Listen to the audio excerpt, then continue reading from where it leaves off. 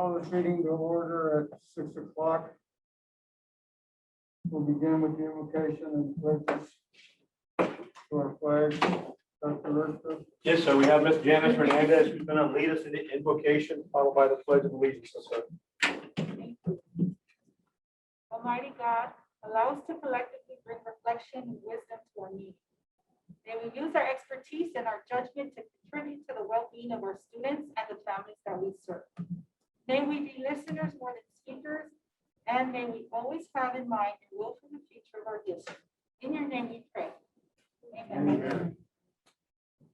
I pledge allegiance to the flag of the United States of America and to the republic for which it stands, one nation, under God, indivisible, with liberty and justice for all. Honor to Texas flag. I pledge allegiance to the Texas, one state, under God, one. Thank you, Ms. Hernandez. Okay, now I believe we have a few recognitions.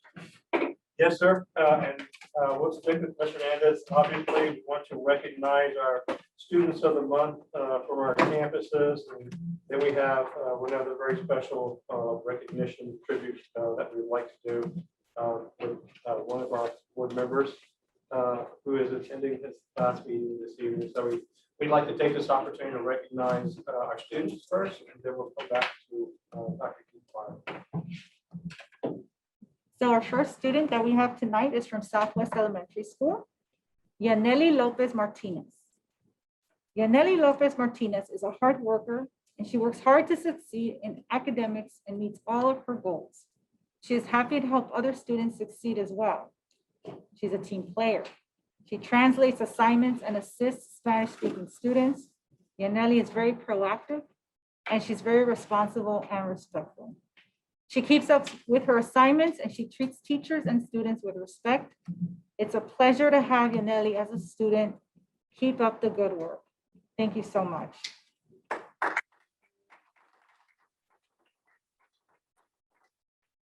Up next, Spicewood Park Elementary is proud to recognize Vincent Flores for showing an amazing commitment to reaching his future career goals. Vincent has excellent grades and perfect attendance all school year. Along with his academic success, Vincent has shown tremendous leadership skills in class. He has accepted his nomination to participate in a summer program at Deerfoot Youth Camp, where he will build his leadership skills and better prepare for his future success. After completing the program, he will be awarded a 4-year scholarship to Texas A&M University College Station. Keep up the great work, Vincent.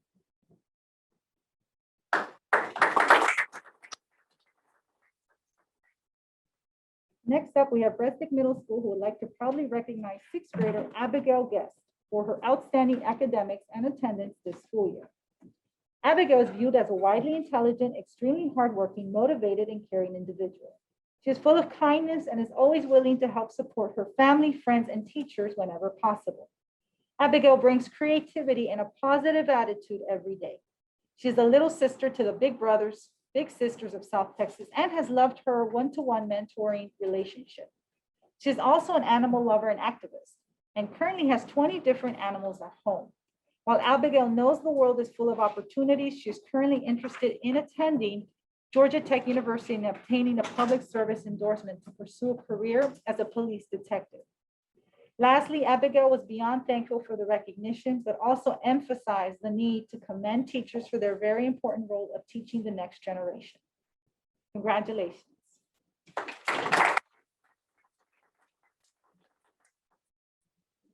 And last, we have Castem High School, who would like to recognize the hard work and efforts of junior Charles Massey. As an integral member of the robotics team, Charles is the lead programmer for all competitions, a positive volunteer in all aspects of club duties, a supportive and helpful team member. In his academics, Charles is also known to lead by example in coursework and shines as a leader scholar in his classes, such as computer integrated manufacturing. In addition, we are proud of the role that Charles plays on our campus as one of our student ambassadors. His willingness to use his voice to be a model of student agency and to teach others how to embody the found pillars of CAS and the Southwest ISD commitments to growth, service, and results make him a shining scholar at Castem High School. Congratulations.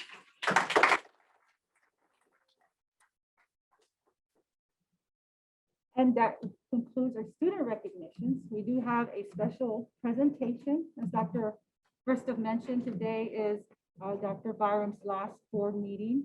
And we had some students wanted to present their appreciation to you.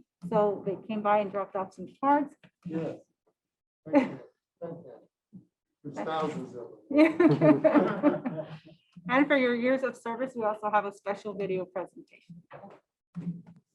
Before you start that video presentation, take a point of personal privilege. Dr. Byram, better known to me as Keith, and that's what's been great about Dr. Byram is he's been Keith to us.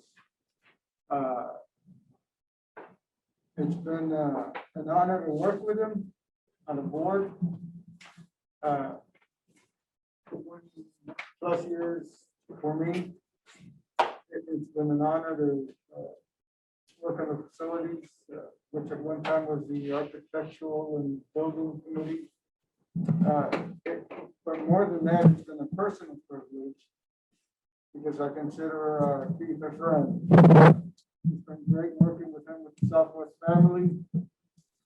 It's even been greater sharing our personal stories, our children. In fact, his daughter is here, and I mean, I remember when he was not too long ago, he was working the snack bar, with bamboozers. Something we both had in common. I got to work bamboozers with my son. So it's definitely only a farewell on behalf of the board, Keith. It's not a goodbye. We will continue to stay friends. I truly believe, and you will be missed.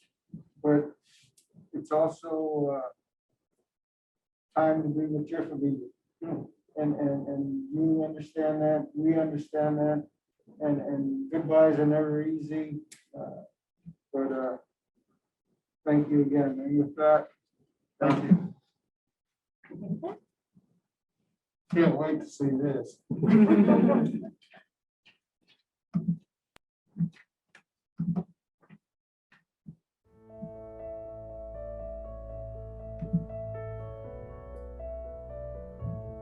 Hey Dr. Byram, my name is Abigail Guest and I'm a student here at Sky Harbor Elementary. On behalf of all of us here at Southwest ISD, I want to personally thank you for your 38 years of service as a Southwest ISD trustee. Let's take a trip down memory lane.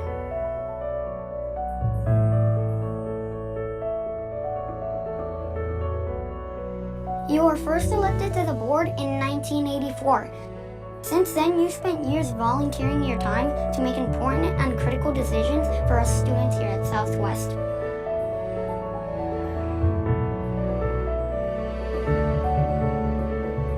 You served on the building committee for over 25 years and had an oversight in every major project performed in Southwest, to include 10 elementary campuses, 3 middle schools, Southwest Legacy High School, and the district's new Aquatic Center.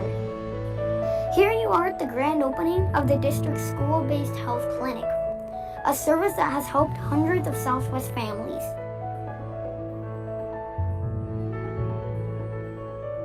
You've devoted countless hours in our community to ensure change and progress. You've supported numerous renovations, technology, and innovative programs that have enhanced the learning and educational experience for the past, present, and future students. From campus visits to student events and graduation, you've always been a big part of Southwest family.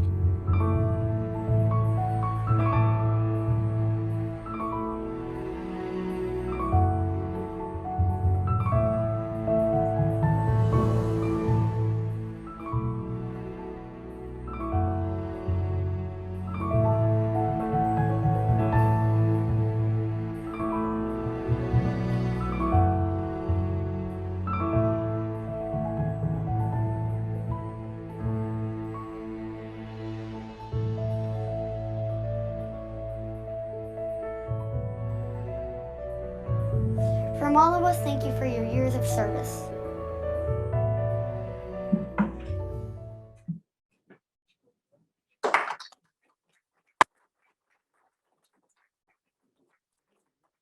just want to say, Dr. Keith Byron, we're going to recognize you at our end of the year employee recognition too. That's just something we put together. We don't have your earlier, when you became a board member, we have to transfer VHS tape over to digital. That's going to take a little longer. So just going to throw that out there. We do have pictures in the beginning. We have a plaque to give you tonight. With our deepest appreciation, we hereby honor Dr. Keith Byron with this award in recognition for your 37 years of visionary guidance, exceptional leadership, and unconditional commitment to the student, staff, and community of Southwest ISD. Serving as a member of the Southwest ISD Board of Trustees, UR Southwest, dated April 20th, 2021, to commemorate your last full meeting with our school district. I'd like to present that to you.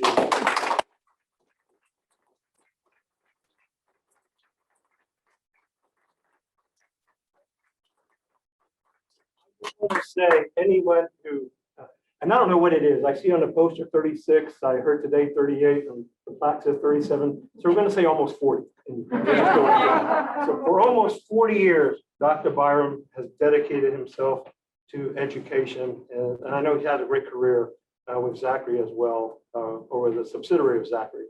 And I just want you to know, from your tutelage to those of us who have come under your care and under the shadow of our collective board, I just want to say thank you. You've always been that voice of reason. You've always provided a direction forward and a pathway.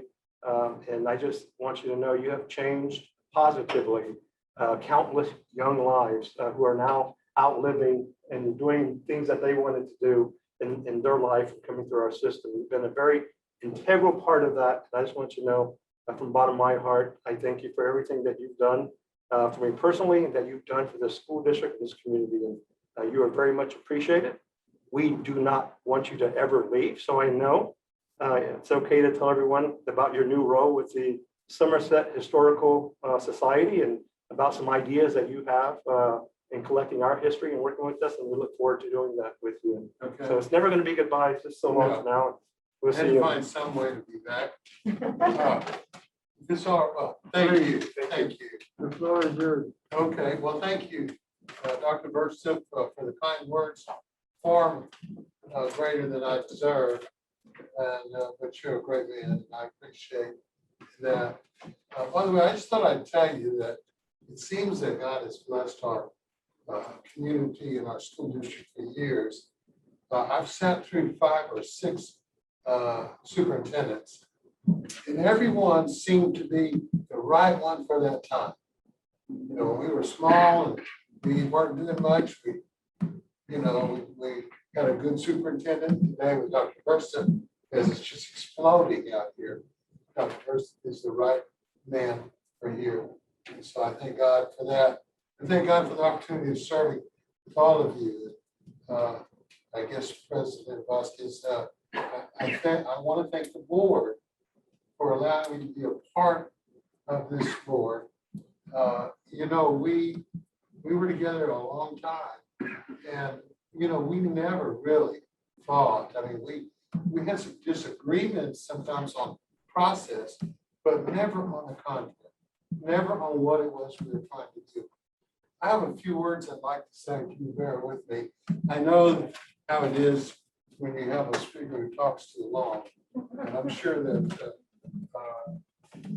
Dr. Burstip will cut me off on too long. But let me first of all introduce my family, starting with my lovely wife.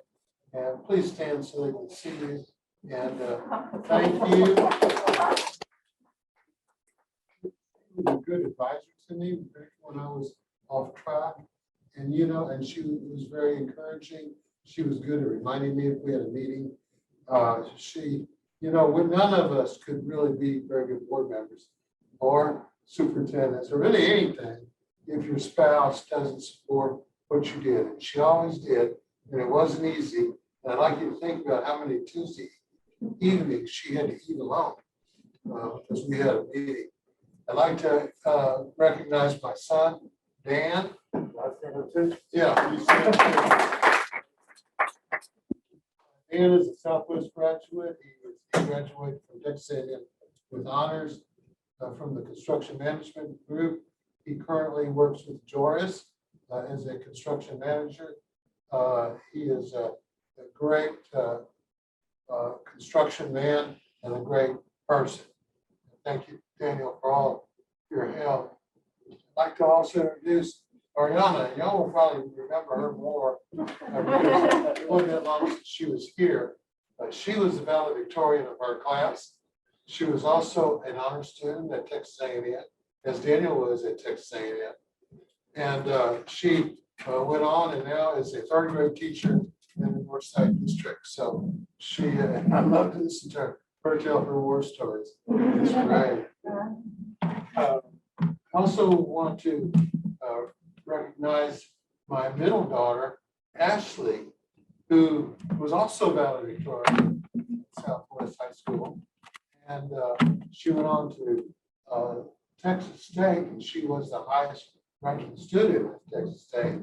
And then she went on to later, she is now an attorney in Colorado Springs.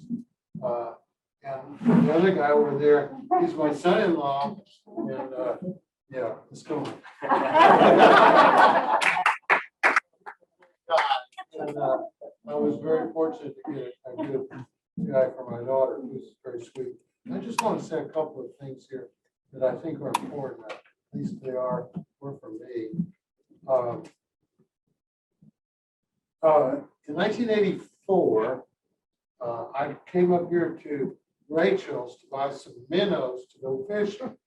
And I looked across the street and there was this big 4x4 sign that was had been used before, and it said Bordano Fields, Southwest ISD Board.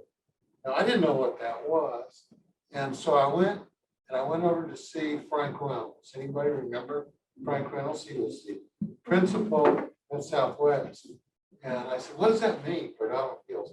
Does that mean it's going to be a baseball field?" And he said, "No." He says, "They're going to try to be on the board." And I said, "Well, that sounds interesting. How do you do that?" He said, "Well, you just go up there and tell you want to be on the board. And they'll probably put you on the board. They don't have any people who want to be on the board." He didn't say anything about an election. So I came up here and Barbara, remember Barbara? She gave me this stuff and she said, "I'll give you this, but I don't think you have a chance." You know, Barbara was a very direct person. And I said, "Well," so I filled it out, but I knew I didn't have a chance to win that thing. I didn't know anybody hardly. I actually went to school in San Antonio, so I didn't have that experience. But my family really came to this area. Actually, their home was on what y'all call Dragon Lane. That's where their home was. And I didn't know these people, but I went to every house.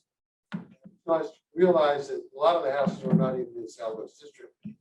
But all of them told me that they were going to vote for me. But you know, I'm pretty clever, and I knew none of them were going to vote for me. But that's the way you get rid of the guy, you know. So I won't be here. Well, they told me to go see Mike Frazier. And I did. I saw him, and he helped me, and he introduced me to a lot of people. And by the way, just to say this, I've mentioned before how much the school district owes Mike Frazier. And I miss him. But Mike helped me, and sure enough, if I was elected with 20 votes, and it was just kind of a fluke, everybody knew it was a fluke, but I won. And so I started going to the meetings. The very first meeting I went, and it was a meeting like this, and I didn't say anything in the whole meeting because I didn't have any idea what they were talking about. You know, I had 2 degrees in education, but they didn't teach anything about what a school district does. And I just couldn't figure out what I would even say. What I want to say to you is that I studied it really, really hard. And about the 3rd term, which had been the 9th year, I got thinking, I really know this stuff now. They're going to really want to ask me stuff because I know all this stuff. Well, I still struggle with it. I still struggle knowing that this is not actually what all board members are supposed to do. And but about 10 or 12 years later, maybe a little more, I I learned what a trustee meant. And I'll tell you the story is Ariana was going to her first day in kindergarten, first day in school. And I was driving her up there and I was kind of excited.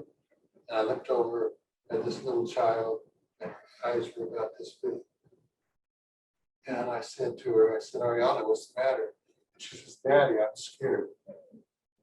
So I took her, thought about it for a second, and I realized that in all her life, this would be the first time that we ever let her with somebody else and let them be in charge of her. Because we had been, Sherry and I had been the ones who taught her, and the ones that loved her, and the ones that protected her. And now we were turning over to some people that I didn't even know. I didn't know what they were going to do. I didn't know what they were going to say. And I thought at that time that that is what the trustee is here for, is to build the environment so that people can trust the schools, take care of their kids.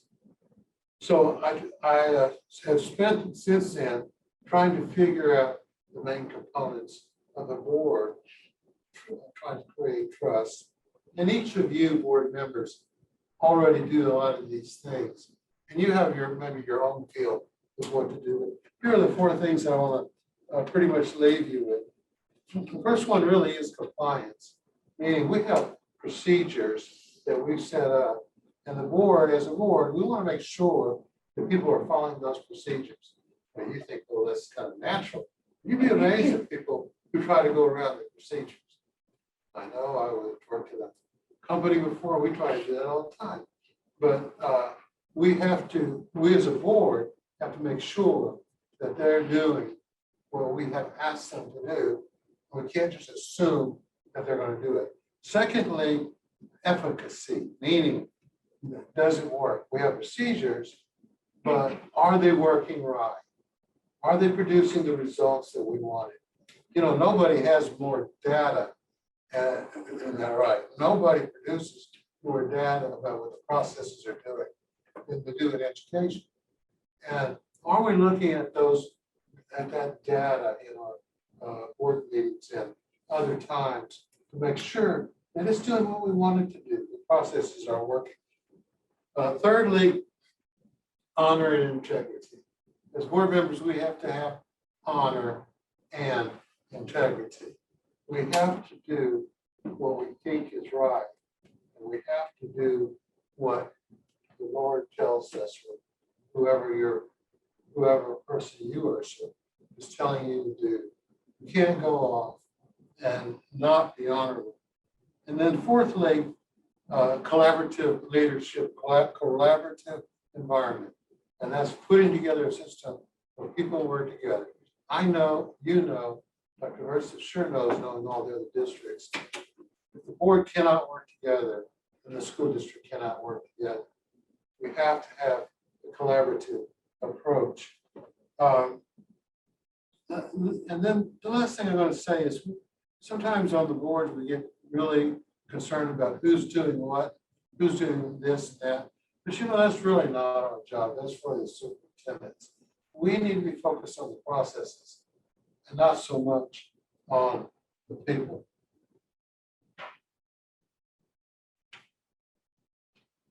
I just want to leave you with this thought, and that was that for all my time, I tried to do the best I could.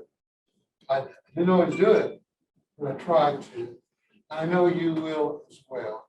It's my prayer that you will continue the collaborative environment that we've created and carry it on and teach others when they come and replace us how to work together. Now, when I kept on running for election year after year, people would say, "Why are you still running?" And I said, "I don't really know." And they would say to me, now that I'm retired, they say, "Well, why did you retire?" And I said, "I don't really know. It was just the time. It was the time." And I've always felt that we need to be bringing this forward, bringing young people into the leadership of this district to be part of this board. With that, Mr. President, thank you all very much. I'm going to stay to this meeting, and but this will be my last meeting. But thank you all. Thank you all so much.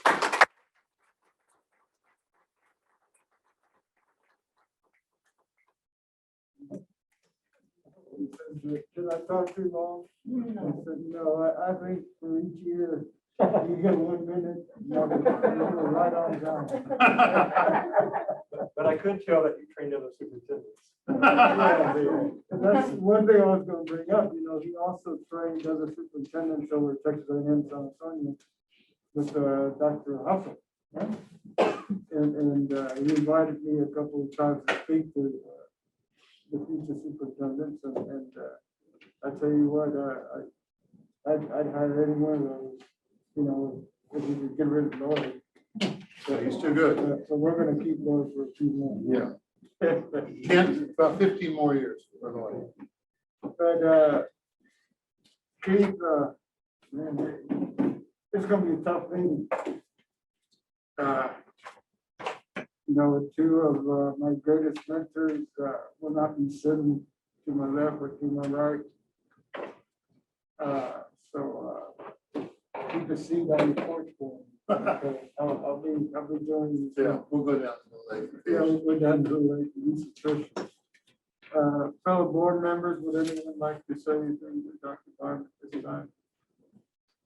Yeah, I'm glad you did. I just want to say thank you. I know you could have stepped down a long time ago, but I really think that your experience and your knowledge have really helped us through all of these huge building things that we've done. You're gonna leave a hole. It's gonna be hard to, we don't really have anybody with the experience that you have. And I know you said it's always good to get young people involved, but there's a lot of treasure in age and experience. Okay. And we lost one that had a lot of experience and dedication. To lose two is going to be really difficult for us. But thank you Thank you. for what you've left us with and the things you've taught us. And it'll be hard to, well, we won't be able, it's like we can't replace Mike, we're not going to replace you. It's just new people that come in and assimilate and, teach us new things also, but it's not going to be the same. Well, thank you. But y'all we have a great board here, and you will do a very good job in teaching the new people that come in. But I'm not sure y'all need that much. Keith, I just want to say thank you myself, and I know that you left the place a lot better than what it was when you first got here. So thank you for everything you've done for us. Yeah, thank you. Dr. Byram, I want to say too, thank you so much, and I'm going to miss you tremendously. I highly respect you. I learned a lot from you. And the first thing that comes to my mind when I think about you is that phrase, do the right thing.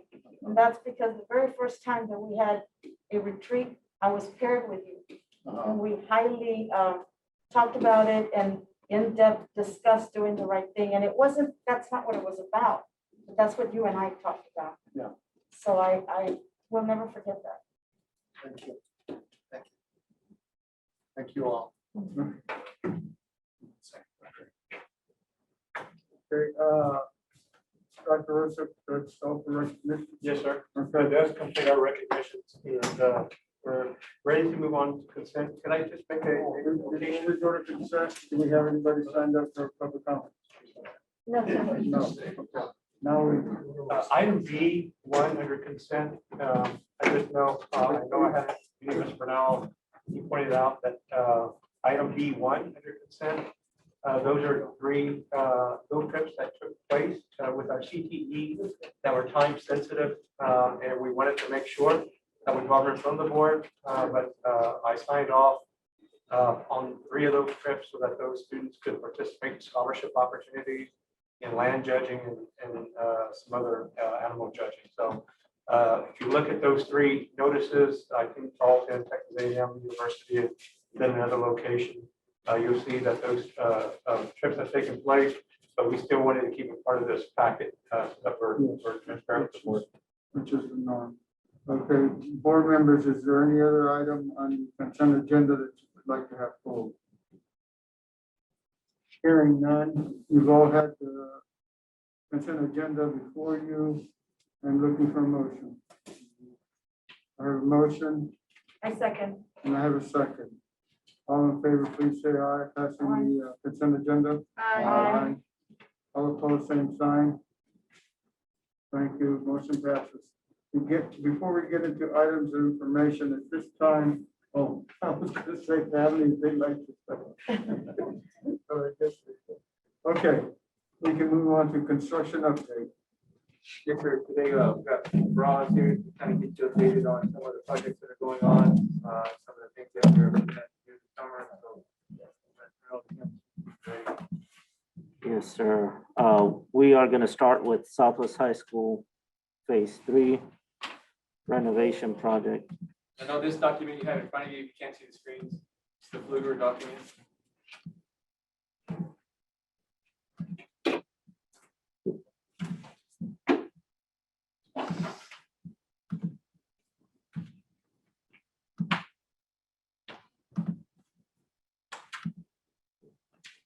Yeah. All right, so for Southwest High School, Phase 3, right now, CanCon is currently working on about 18 classrooms on the first floor. If you look at I believe it's page 3 and 4, that's where the plans are, and I'll go through it fairly shortly. Again, it's general renovation of classrooms, 18 classrooms, which is flooring, ceiling upgrades, lighting upgrades, new tack boards, whiteboards. The other area they're currently working is the PE gymnasium. Most of this, or a large part of the scope, is HVAC upgrades, which includes all of the HVAC units on the gymnasiums. We were able to take over the PE gym during school, and this one's about to be turned over in about 3 or 4 weeks. So looking at the plan, all the areas in yellow is what CanCon is currently working on. Again, that's about 18 classrooms. They should be turned over towards the end of this month. There's going to be another cluster of 4 classrooms that are taken over by CanCon in May. The areas in red that you see in the plan are the areas that are scheduled to be taken over the summer or renovated in the summer. One of them being this area, which will be the choir hall, the administration restrooms, and then on the second floor, the largest scope will be the art classrooms and about 14, 15 HVAC units that will need to be replaced. Together with that, though, we also added the home economics, the area in light blue, and the re-roof of the entire campus, which includes the 1983 and the 2002 building. So that's, again, earmarked for the summer. One of the other things that we wanted to point out that goes really in junction with this is the water damage that happened over the winter break. We have reached out to Fluger as well as CanCon, being that they are on site. They're developing a cost estimate to put everything back. One of the things that they have brought out is that it is a very large scope, and they're going to man it and try as much as they can to complete all the areas before students come up. We have discussed it now with administrators. There's some areas like the home ec that was added to their scope, as well as the choir, that could be delayed before the students start. That's not a guarantee. We're just trying to look at options, because there was about, I don't know if y'all remember, there were 30 plus classrooms that were affected.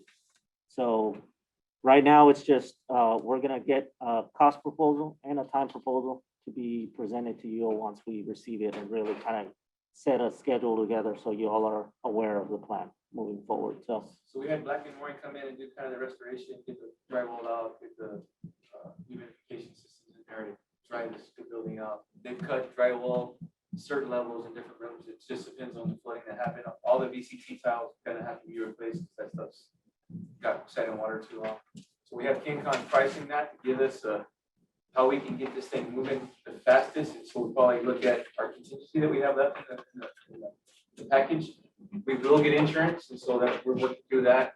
One thing I would ask the board, especially the team that works with us on the materials, you know, how they come and show you, Fluker shows you like the paint and the tile. We would like to use, and they're requesting to use the same schemes that we use in the other part of the building. Because right now we're up against time, we're up against ordering, and materials right now are very tough to get and go by. So we don't really have time for Fluker to do a mock-up of all the paint, the tile, and different colors that could go in those rooms. We're looking to just use what we already have approved by that group to go ahead and move forward in those areas. And it'll look a little different because the tile is a different area of the building, but it'll look similar once we get it renovated and painted in the floor and the tile. It's really the tile. It's usually kind of tile scheme that we use in the other rooms. But eventually it's all gonna come together. Correct.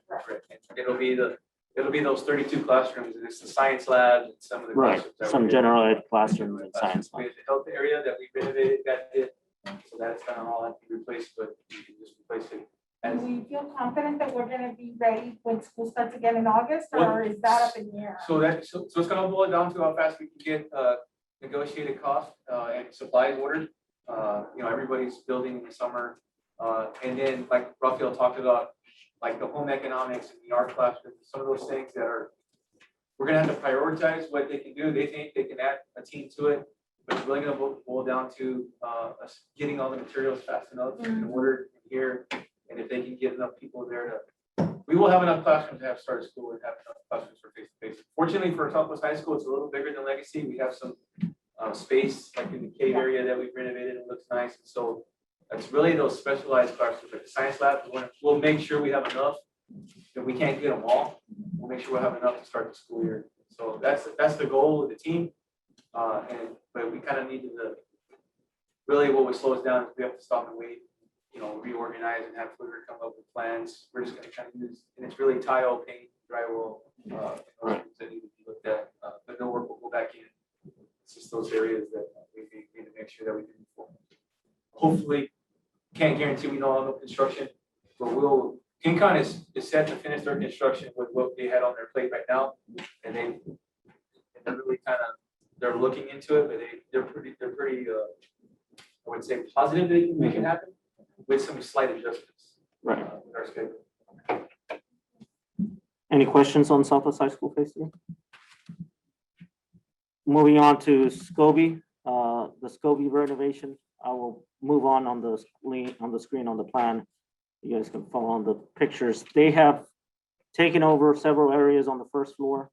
All the areas marked in red being the second half of the administrator, the special ed, the stage, the life skills, the stage, and the drama classroom.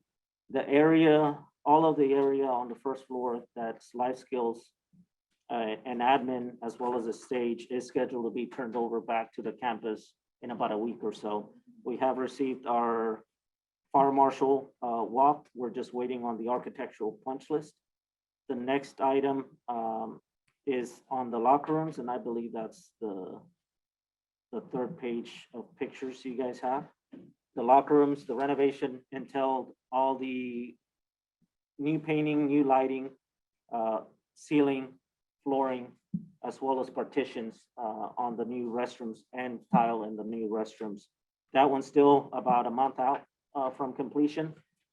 And as soon as that area is being renovated, they'll take over the gymnasiums on that side. On the second floor, what Bartlett Talk has taken over is the first corridor, the 100 wing corridor, and classrooms, general ed classrooms, some science labs, as well as the library overhaul. That one we're about 2 to 3 weeks from being turned over. Once this area is turned over to the district, then we're moving down to the fine arts area on the first floor. We need room from the students from the portables to be able to move their finished areas to be able to take fine arts. So as soon as that's turned over to the district, we'll head out and start on the fine arts renovation. Closer to the next brown bag, I may ask if y'all want to go see some of the areas that are renovated now. It's looking really good. Part of all the admin will be turned over, the nursing stations, life skills, the library should be done by then. So you'll get a kind of a glimpse of it if you really want to. So I'll extend the invite maybe before the brown bag or after if anybody wants to go and just do a walkthrough. It looks really nice. They've done a great job. These pictures look really. Yeah, so if you see it, when you get there and see it, it's a lot different. Doesn't look easy anymore. No, it's, the spaces are opened up, it's really clean. And then, especially in, I wanted to wait a little bit to the library tonight, because if you open up that library to you're gonna see this, it's gonna be a pretty collaborative space. So it's real nice. Questions on Scobie? Looks, I mean, it's looking really. Yeah, they're, So they're set to finish this summer as well, right? Yes. Yeah, so Yes. all the whole thing should be done, by the end of this summer to be ready next year. moving on to the Aquatic Center. We're about 12% complete on this project. All the building excavation has been completed. They're about 85% on the drainage. The pool foundation has also been poured, about 35% of it. The first floor where the locker rooms are, that's currently has all the substructure steel, about 35% complete. So what we're looking at in the next 2 weeks is a more concrete pour on the slab of the pool, as well as a first grade slab on grade for the locker rooms and the reception area. Site utilities are ongoing. If you guys drive by, you notice there's a large area in front of McAuliffe that's being taken over. They're tying in the sewer line to go from the natatorium or the Aquatic Center to McAuliffe. And that's set to be complete probably in the next 2 weeks or so. Do you all have any questions on the natatorium project? I will say about this project, one of the action items when you get to the business and finance is the contract between the city and district and some of the terms. I just wanted to put that forward that we finally got that approved. We'll approve it tonight, and then we can send it to the city council to get approval. But it kind of covers the terms and conditions of how we obligated the funds and what are the funds supposed to be used for in the construction project, and some of the, and I'll go over it when we get closer to some of the conditions that we have in the district for the funds. Just a quick question. I had an end date on there, like 2025 or something. So after that, then we don't have any obligation to the city anymore? Correct. Okay. So for the other two projects, we have the HVAC and re-roof project. McAuliffe, again, is the only pending project in there. They finished the 5 knockouts on the roof to be able to put in the new air handlers on the mezzanines of McAuliffe. That's scheduled to be done over the summer. We don't want to take a bunch of wings and cut the HVAC as classrooms are being used right now. So we're waiting on that on the summer, and that's with LPA and FA Nunley. And lastly, the project is the transportation department. Just today, we received the design development documents that we will be reviewing next week with district staff and the transportation department, just to make sure that we're lined up with everything that's needed for that project. So that's it for construction updates. Any questions? Thank you. Thank you, Rafael. Is there any other discussion update? Yeah, that's it, sir. Okay. Tax report. Yeah, tax report, we're right at 92%. This is exactly where we were last year, so we're doing really well. It's pretty exciting as we finish up the school year. Our threshold, we usually get about 98.5% collection rate, so that's really close and we're on time. Same timeline as we were last year. Financial report, investment reports, any questions, please see Brandon. Tuition request, enrollment report, purchases over 50,000. Anyone have any questions? Calendar events. Time. And, update on class elementary, who's This is Adrian Ramirez. I was going to report out on the class sizes at elementary. hello, Adrian. How are you? Good evening, Board President Vasquez, board members, Dr. Verstip, and senior staff. Elm Creek Elementary currently has 5 third-grade classes. Prior to February 5th, 2021, 2 of the 5 third-grade classrooms had 23 students each. The remaining classes had fewer than 23. On February 5th, 2021, a student was added to a third grade classroom, resulting in a third grade class having 23, a third grade class having 23 students. While rerouting to another campus was a possibility, campus administrators and staff felt that it was in the students' best interest to remain at Elm Creek Elementary School. Southwest ISD's District of Innovation Plan was utilized to address the number of third grade classes at Elm Creek Elementary with 23 students. While our district's goal is to limit each kindergarten through fourth grade classroom to 22 students, our District of Innovation Plan allows for 23 students per class in grades K through 4. A class size exception waiver is not needed unless any class exceeds 23 students. So, are there any questions about? So there's no need to do a waiver to TEA. Part of our DOI, we are to inform the board if we go beyond the K4 22-to-1 ratio. So that's what we're doing with this item of information. Any questions for Adrian? Thank you, Adrian. Thank you. Second nature compost presentation. Do we have a special guest, Dr. Wisdom? We were going to have a special guest, Mr. Michael Etheridge. If you look at your board packet, page 94, what I've included in there is a letter that TCEQ has sent out to the general public about a 93-acre composting entity on Nelson Road. It actually provides the address there. If you're crossing the big bridge over the railroad tracks by the UP modal, look off to the left, you'll see two big piles, nothing like Covell Gardens, but that is the actual location of the compost.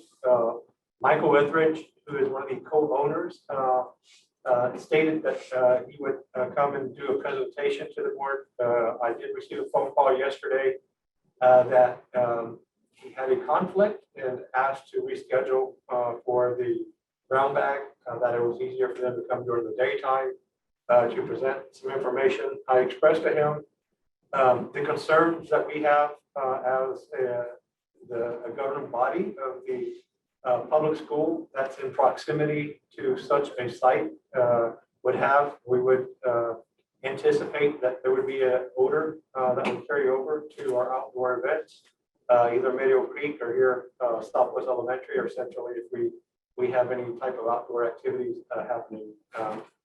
He is stating that there are good actors and bad actors in this line of business, that their company is a good actor, that we would not have to worry about those types of things.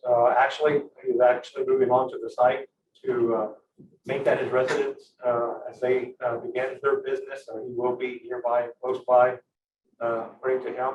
And he has asked if I would let the school board know that he does want to come do a presentation and answer any questions. I believe it's May 4th, is that first Tuesday to May, that he would like to be at. I told him our concern. I've talked to TCEQ, a number of state leadership, I've talked to local leadership. It seems that the process for a composting entity only has to go through the ACOG entity and get ACOG approval.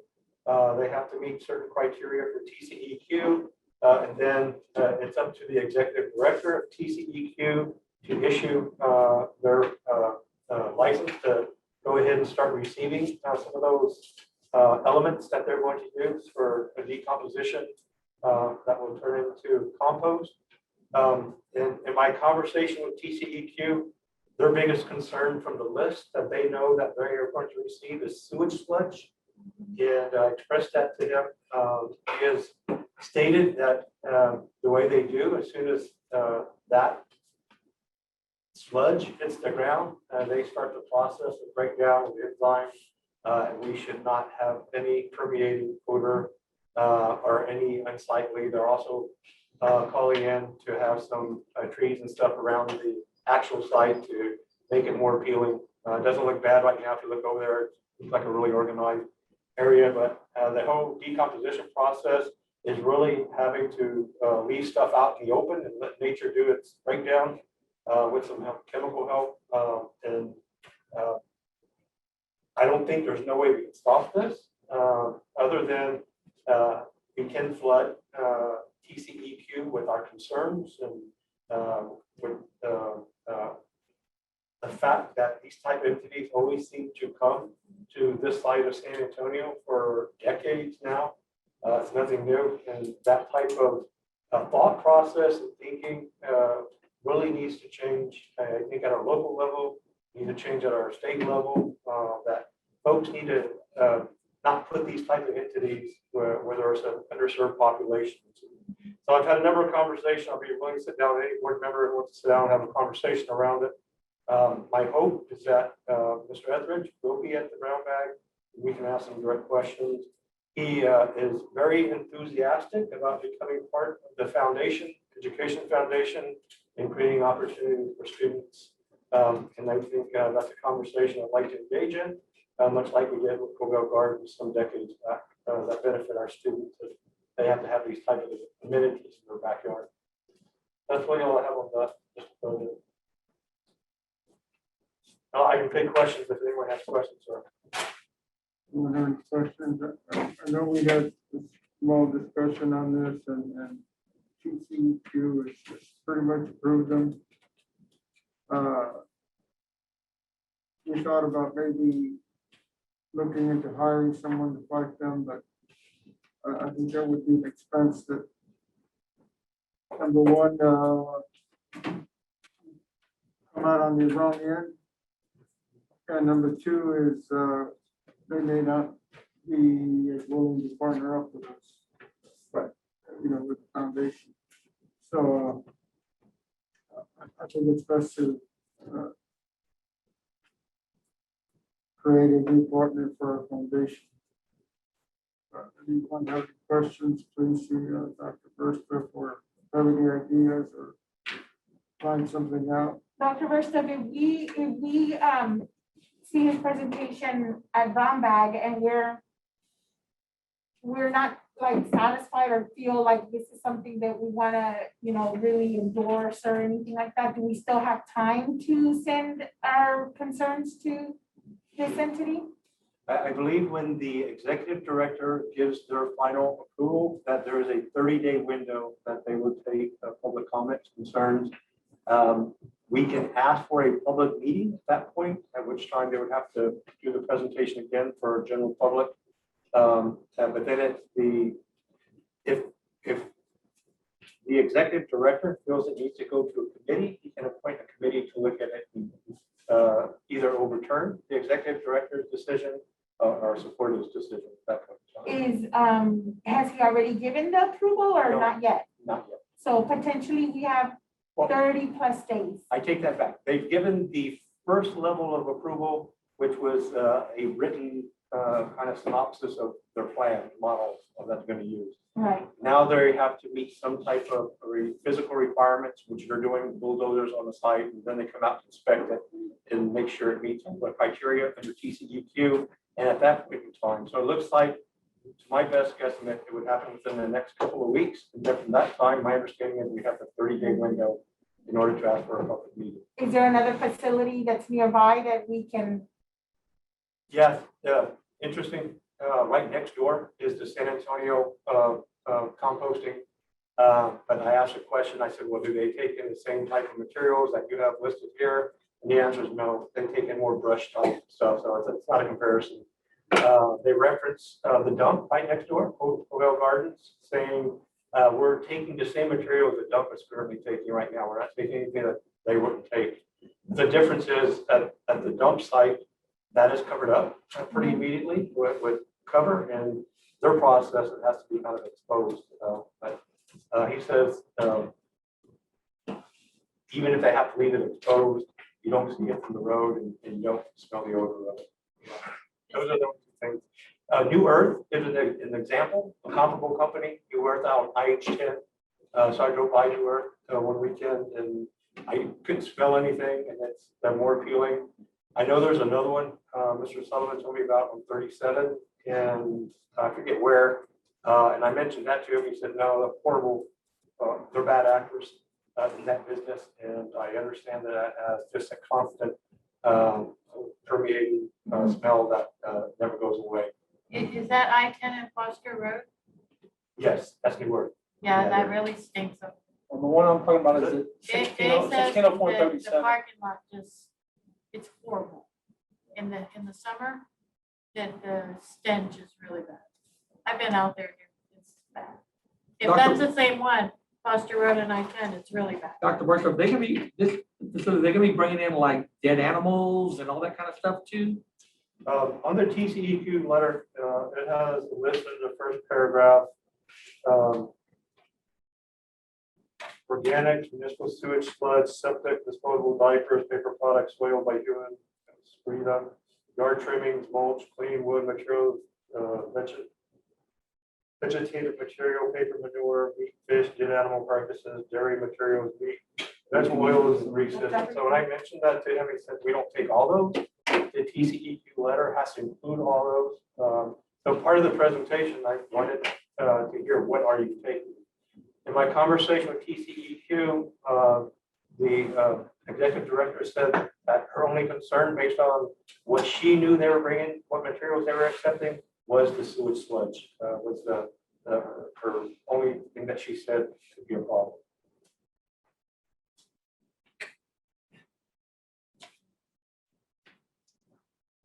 Well, we gotta really think, well, I mean, it's You can't probably, buy them. I it's mean, probably like waste management. We don't really have a choice, but you just try to work with them the best you can. But it's unfortunate that they just, well, whoever's trash that is, they should keep it in their area instead Yeah. of bringing it to. So I made that point because the company is headquartered in Vernon. Well, there you go. So I did bring that point up. That is over the recharge zone, and they couldn't, if they wanted to, wouldn't be allowed under statute. And the model only works if it's in proximity of an already existing land site. I get it. My understanding was we had a continual Covell garden decades ago, and we wouldn't have to contend with it again. In my conversations with people who are in the business, that they do not need to meet the same approval process as a full-fledged landfill system. We didn't have very much leverage over Covell Gardens either, but we had some because there were city councilmen that made it clear that they didn't want it there, even though they didn't really have any way to stop it. To get us off out of the news, because we're making a big deal out of it, they agreed to the, at the time it was 25-cent tipping fee. I think that the question is what do we do if it does in fact smell bad? What recourses have we have? And it doesn't look like we have much, except that we can find a way to find them. I don't know. But if it starts smelling bad in the high school, that's just not going to be intolerable.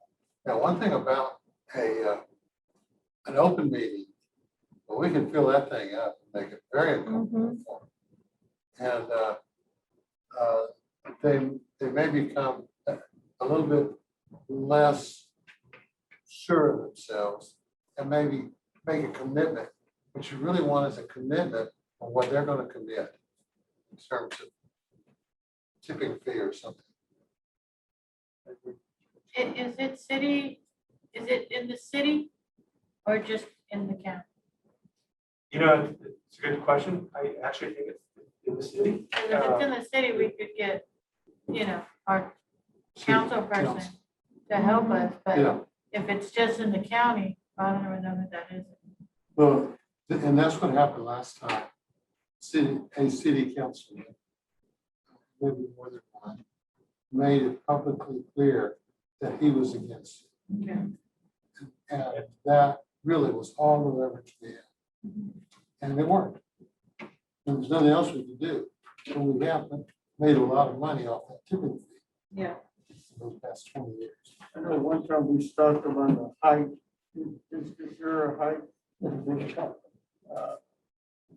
Yes, their Number on this? he says you may see piles of mulch, but not like mountains of mulch. So nothing, if you look at it right now, it would be beyond what you see right now, which it looks very subtle, doesn't look out of place. Mr. Chris and I, we do have a meeting with Commissioner Place Works day after tomorrow. This is one of the agenda items. We are addressing it with her group as well. I have made contact with District 4 as well and talked to Raul Vera about the situation. They understand the model. Their interpretation, there'll never be homes built over there. Goes through the ACOG process, gets approval. And, if something were to happen, our only resource is continually to contact TCEQ. They are the regulators to make sure that we don't create dangerous environments for youth, for our community. And so if you ask me what resource do we have, what outsource do we have to get help, as far as I know, TCEQ is going to do that. What Brandon knows of anything additional, that's all I know about. How about Philip Cortez? Is that in his area? Yes. Because he's a good advocate. Yeah, as a matter of fact, Philip was my first call, Really? and we did have a conversation. He was very helpful. Okay. Matter of fact, TCEQ called me 3 times that day after talking to Representative Cortez. And yes, he did make some contacts right away. Awesome. Okay. I just want to bring everyone up to speed. It's not the best news. I like to, talking to the people that are extremely professional, extremely approachable, open. I hope that's a good indicator that we're going to be good partners and that we can kind of regulate what some of the over effects will be in such a society. And we hope that our students benefit. We have to have this. I think that's really an issue that just like we have $1 million endowment because of Bowville Gardens that benefits our kids, that this should be a big contributor to that process. Thank you. Okay, next we have item K, Board of Trustees Continuing Education Report. As board president, I'm required to announce the continuing education status of all Southwest ISD trustees. All members continuing to serve have met or exceeded the required hours of continuing education. Completing the annual required continuing education is a basic obligation and expectation of any sitting board member under State Board of Education rule. An amendment to SBOE's rule of continuing education for school board members also requires that the board president annually distribute the framework for school board development to all current members of the board and the superintendent. This has been done by attaching the framework to tonight's agenda item. Trustees have through April 30th, 2021 to garner additional training hours for 2020-2021 assessment year desired. Does anyone have that's been presented to you, board members? Does anyone have any questions on their hours or on the framework? There's none. Go on to update on COVID-19 protocols. Board. Yes, sir. We have our Director of Health Services, Ms. Valerie Maldonado, who's going to join us. And there's some changes in the COVID landscape. And matter of fact, Val shared with us today, I believe we had like 2,300 community lab tests today, with 1 positive, which was the same as Somerset. They had 2,000 with 1 positive. So our numbers are looking better. And so Val, we're going to take the opportunity to present to the board some of the things that we're looking at. And she put together a really good presentation. I'd like to turn it over to Ms. Maldonado. Thank you. If you will give me a moment so I can share my screen and hopefully I get this right. It's small enough for you, though. And okay, are you all seeing my presentation screen? Yes. Okay, awesome. Thank you so much for having me. So good evening, Mr. Board President and Board of Trustees. As Dr. V had said, I'd really like to give you an update and go over our reentry plan, the Your Choice, Our Commitment plan, where we started and where we are at now. So putting this plan into place was important for a few reasons. Our students needed to be back in the classroom to learn. Over the time or during the time that we were out, our schools were closed, we learned how our community depends on our school district. And it was important to get our doors open to serve our students and our community. Our parents needed to get back to work. So we know that the zip codes that Southwest ISD serves are some of the most impacted by the pandemic. And so it was really important to get our doors open and get our students back in the classroom because our parents didn't need to go back to work. And our district serves as a hub for Southwest San Antonio. And during this time, we were the beacon of hope and light, especially given how difficult some of our families were going through a difficult time. And so it was important, again, that we get our students back into the classrooms. So our plan, the Your Choice, Our Commitment plan, prioritized the health and safety of our staff and students.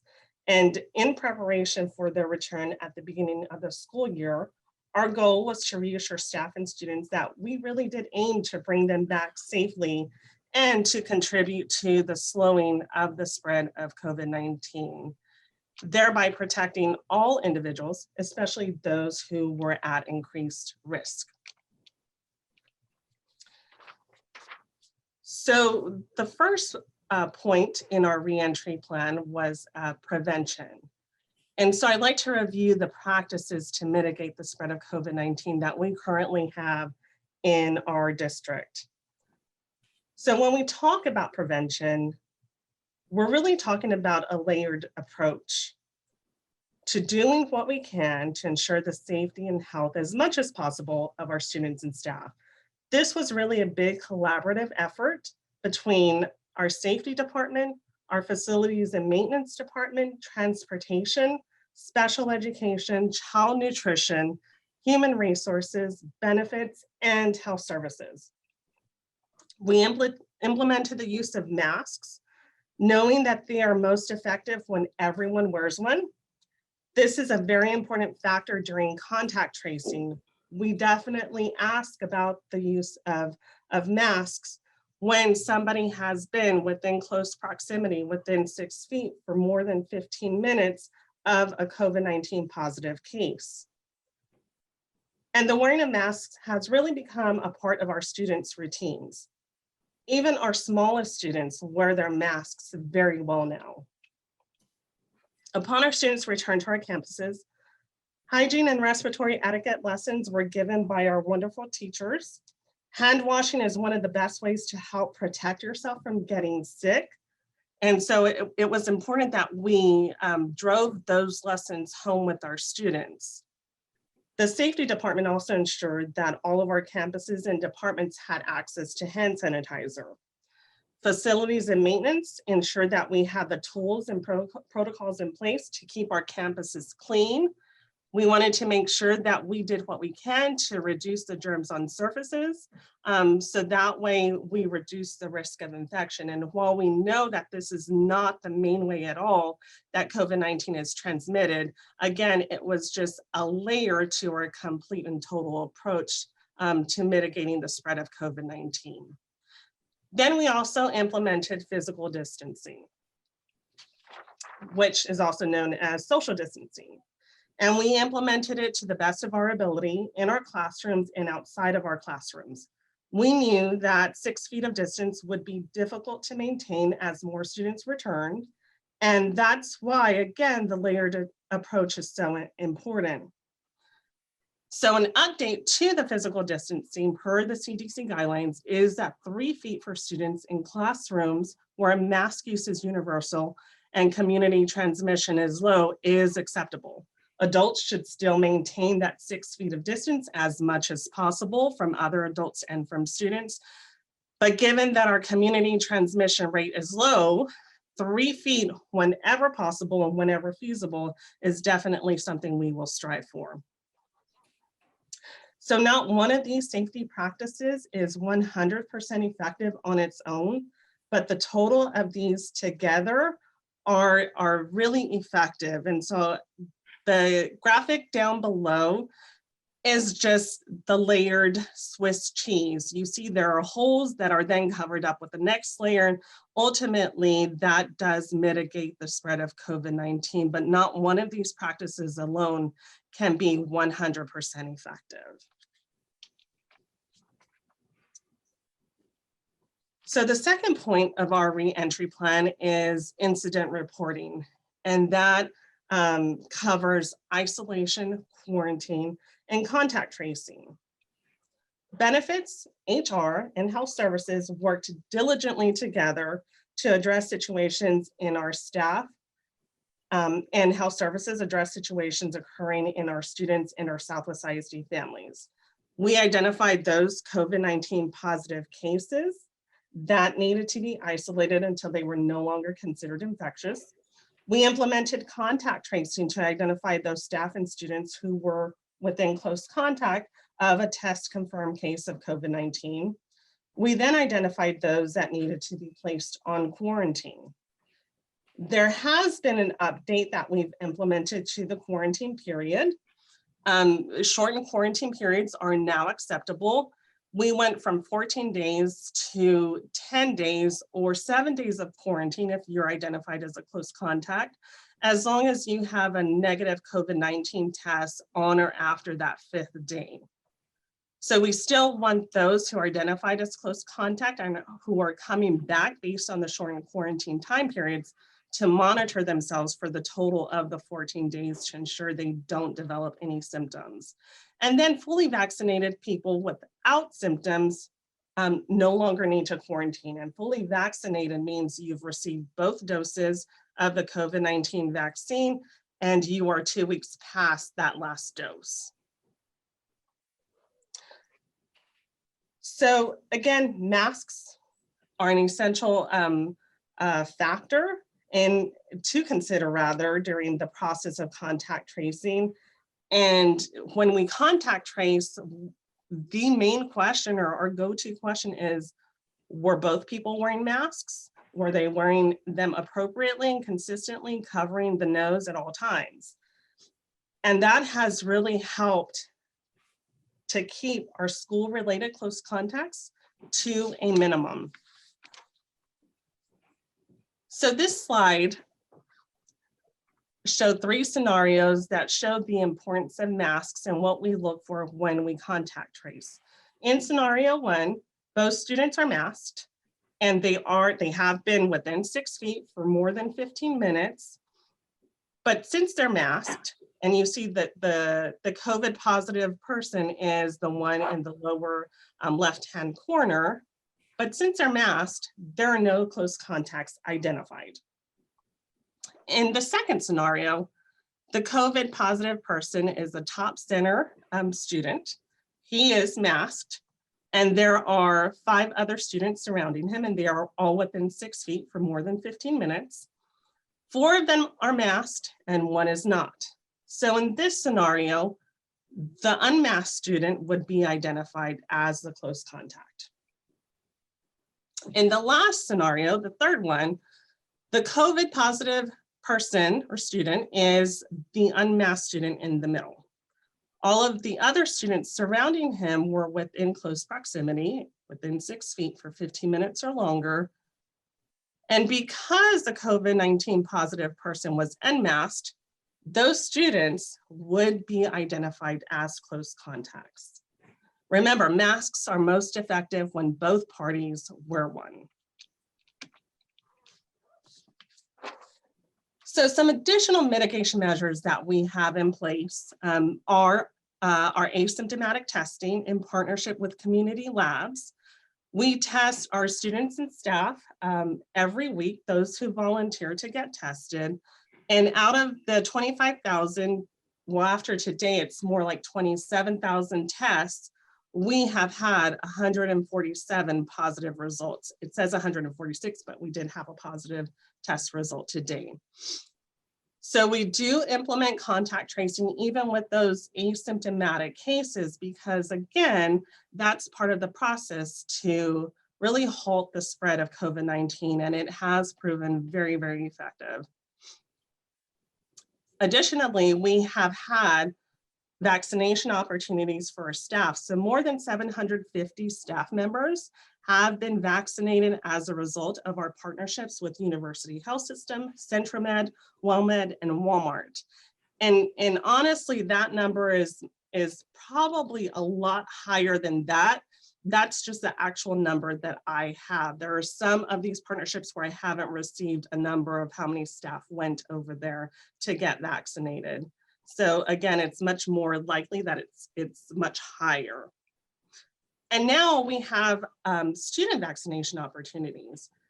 I worked with both of our high school clinic clerks today to contact our students who are 16 years and older to make appointments for them and their families if they chose to get vaccinated through University Health System at the Wonderland Mall on Friday. And then we have another opportunity that was conveyed through social media. And this opportunity is being held by District 4, San Antonio Metropolitan Health District, and Texas Vista Medical Center. So I didn't go over our learning opportunities because CNI has done a very tremendous job on that. And I didn't go over our supporting students. Our counseling department and social workers, again, have done a really great job in making sure that our students are supported. I do want to touch on our last point in our reentry plan, which is the contingency plan.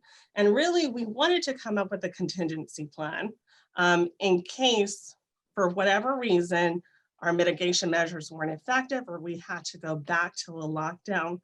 But we found actually that our mitigation measures that we have in place have been very effective. Southwest ISD has been able to stay open. We have not had any schools close as a result of an outbreak or spread of COVID-19. We have had to quarantine some classes, but even that has been minimal. And more students have been able to return to in-person, face-to-face learning as compared to the fall semester. On the right, you can see the Bexar County cases. In the top graph and the lower graph is the Southwest ISD COVID cases. And you can see that what really happens in our county, in our city, in our community outside of our district is very much reflected within our district. And so it's important to stay the course and follow the guidance and the guidelines that are set forth by our national, state, and local public health authorities. We are on the right track. This will end, but we have to continue to stay that course in order to ensure the safety and health of our students. Thank you so much for allowing me to present to you today. Are there any questions for me? Does anyone have any questions? Thank you. Thank you, Valerie. Good night. Thank you. Thank you, Al.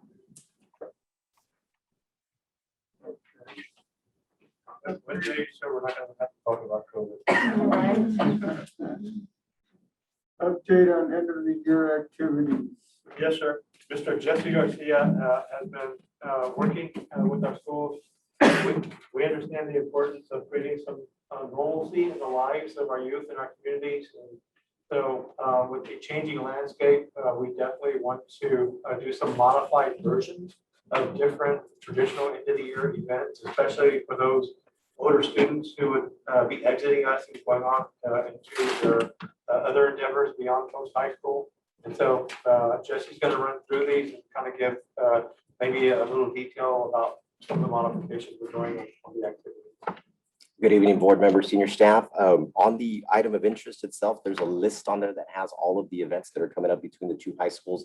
I think first and foremost, we wanted to make sure you have those dates, times, and locations so that you guys are able to attend a lot of those events. I want to highlight the senior walks just so that you guys are aware this year. The senior walk is going to look a little bit different. In years past, we started under the arches and then we marched our way all the way down to the stadium where then the kids kind of took a victory lap and then the parents would move into the stadium itself. To mitigate the parents kind of moving from the street into the stadium and kind of having a lot of movement. Instead, we're going to shorten it. So we're going to have the senior walk that's going to start right around the corner from Legacy Football Stadium on the visitor side.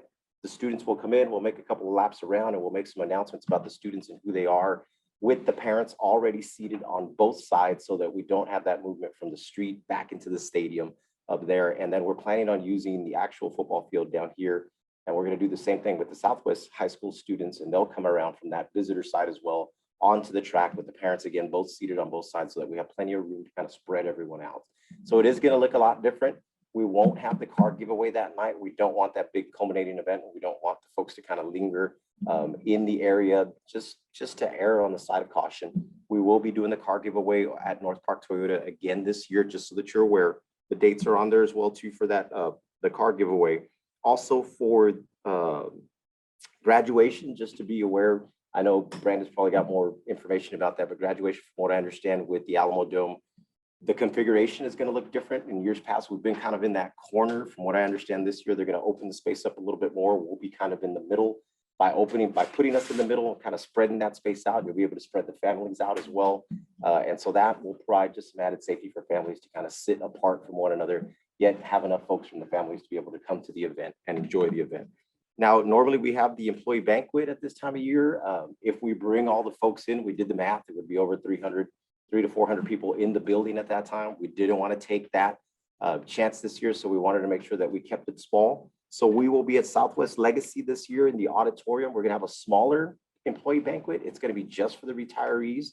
So that evening we'll have about 30 to 35 retirees who are joining us this year to go through that ceremony with them. We'll serve some hors d'oeuvres kind of out front. We'll make some stations, and it'll be kind of a to-go type hors d'oeuvres type thing where they can pick up a package, get their food, spend a little time kind of talking with family, and then we'll get them inside where we can spread them out as well too, because we've got room for 1,000 people in there.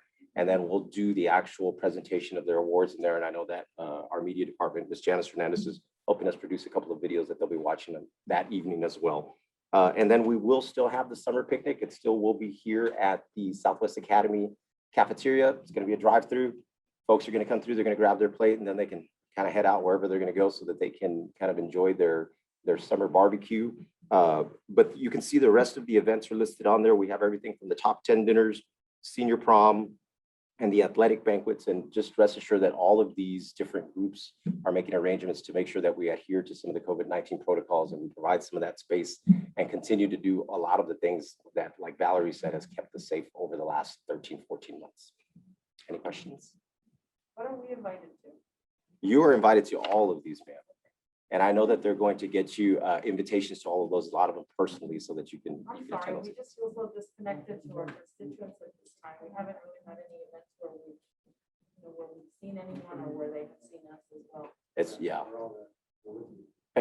And all of these, I'll make sure, Ms. Bernal, that they sent something out so that you guys get kind of a personal invite and know which one it is. And I know some of them already have that kind of lined up with those invitation outs to you. But just in case, we'll give them a reminder so they can get that out to you. I don't know. Did we print it out for them anywhere? I can share it with you. Yeah, I can share it with you all. You want me to do that, Flo? I'm sorry, I can definitely do that. But So sir, the goal is somewhat normal, but not normal yet. right. But that's kind of, we want to create some opportunity for gatherings, but they will look different. So that everyone does know that. Yes, sir.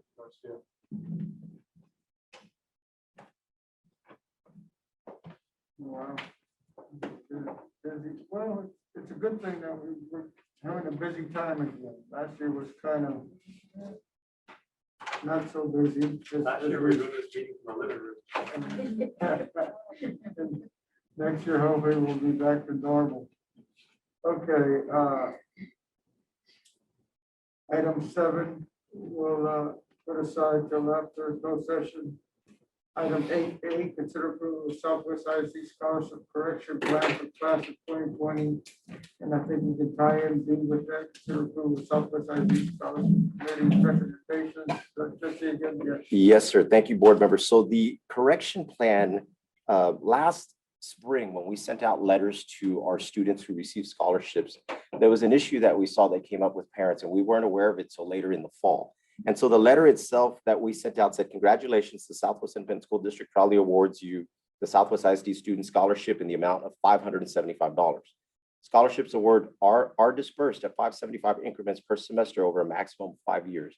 Now, the intent with the second statement that was written in the letter was to let the students know that they didn't have to use their $575 the very first semester. They could, at any time over that period of time, use the money. What we have found out over time is that oftentimes a lot of our students, once they tell the university that they've received X award, the university will say, oh, well, we're going to deduct X number of dollars from your award so that you can use those dollars that were given to you by the school district. So to avoid that, we wanted to give the kids an opportunity so that they use that money over time. What we found out was that quite a few of our families read that letter to read, you're going to get $575 every semester for the next 5 years. Now, I'm sure many of you guys are aware of how the scholarship fund itself works. And so there's dollars that we pull from that fund every year. There are some dollars that we roll into that fund the next year that are an unused dollars that we get every 5 years when a cohort kind of maxes out. And so those dollars then get rolled into the money that we get from Covell each year. Well, we can't give $575 to these students, these 90 students who received it for the next 5 years every semester. So we went back and met with the scholarship committee.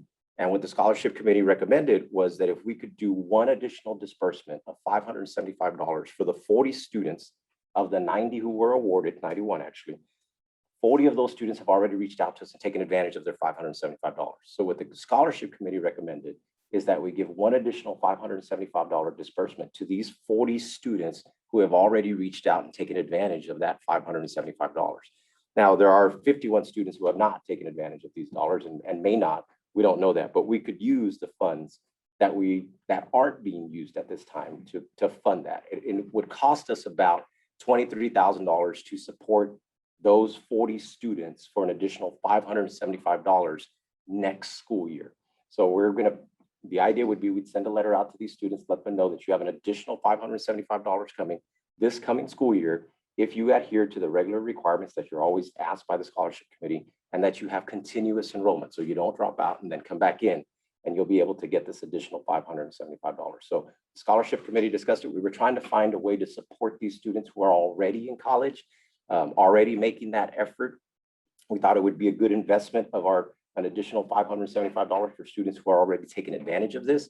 We felt that this would be much better than just saying, hey, you read the letter wrong and that's not the way it works out. So we really wanted to provide one more way to support these students. And so this was the recommendation that the scholarship committee came up with. Questions, anyone?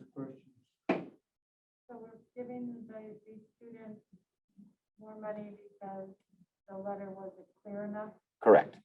but only one time. Only one time, correct. Just the ones just the 40 of the 91 who actually already used their scholarships. We want a time to send a really clear letter out, be very, very upfront. But in the meantime, some of our students maybe have been counting on those funds.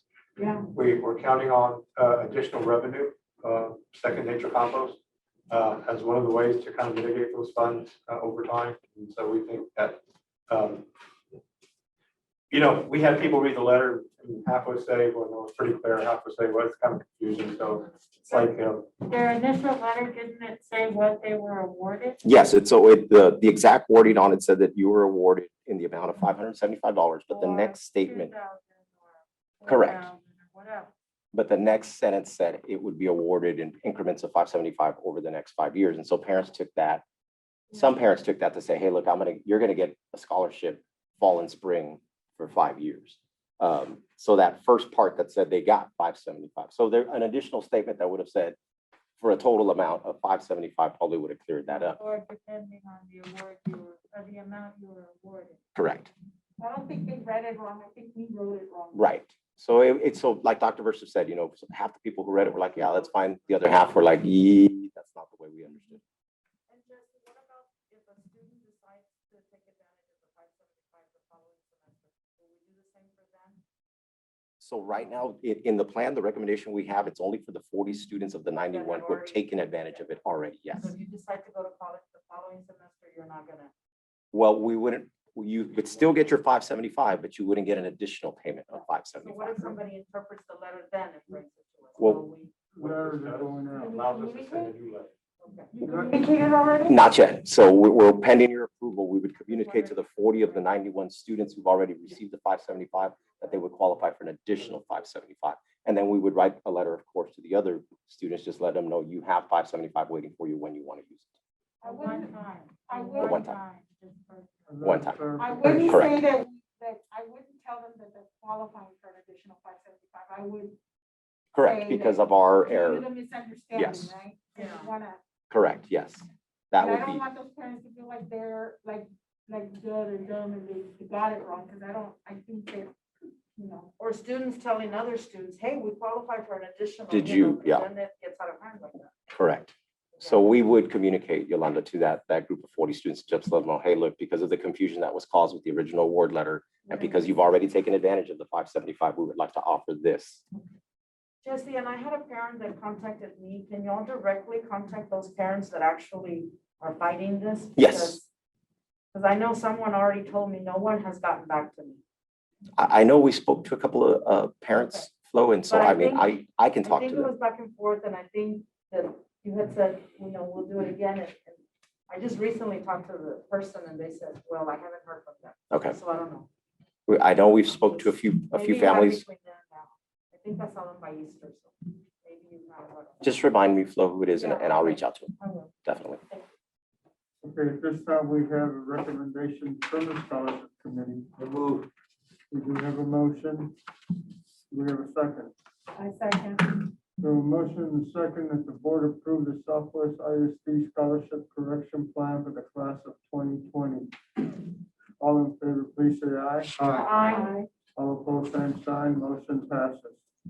Item B, consider approval of Southwest ISD Scholarship Committee recommendations for this year, 2021. So as we normally do this year, we're bringing to you the 2021 scholarship disbursements that we would be giving.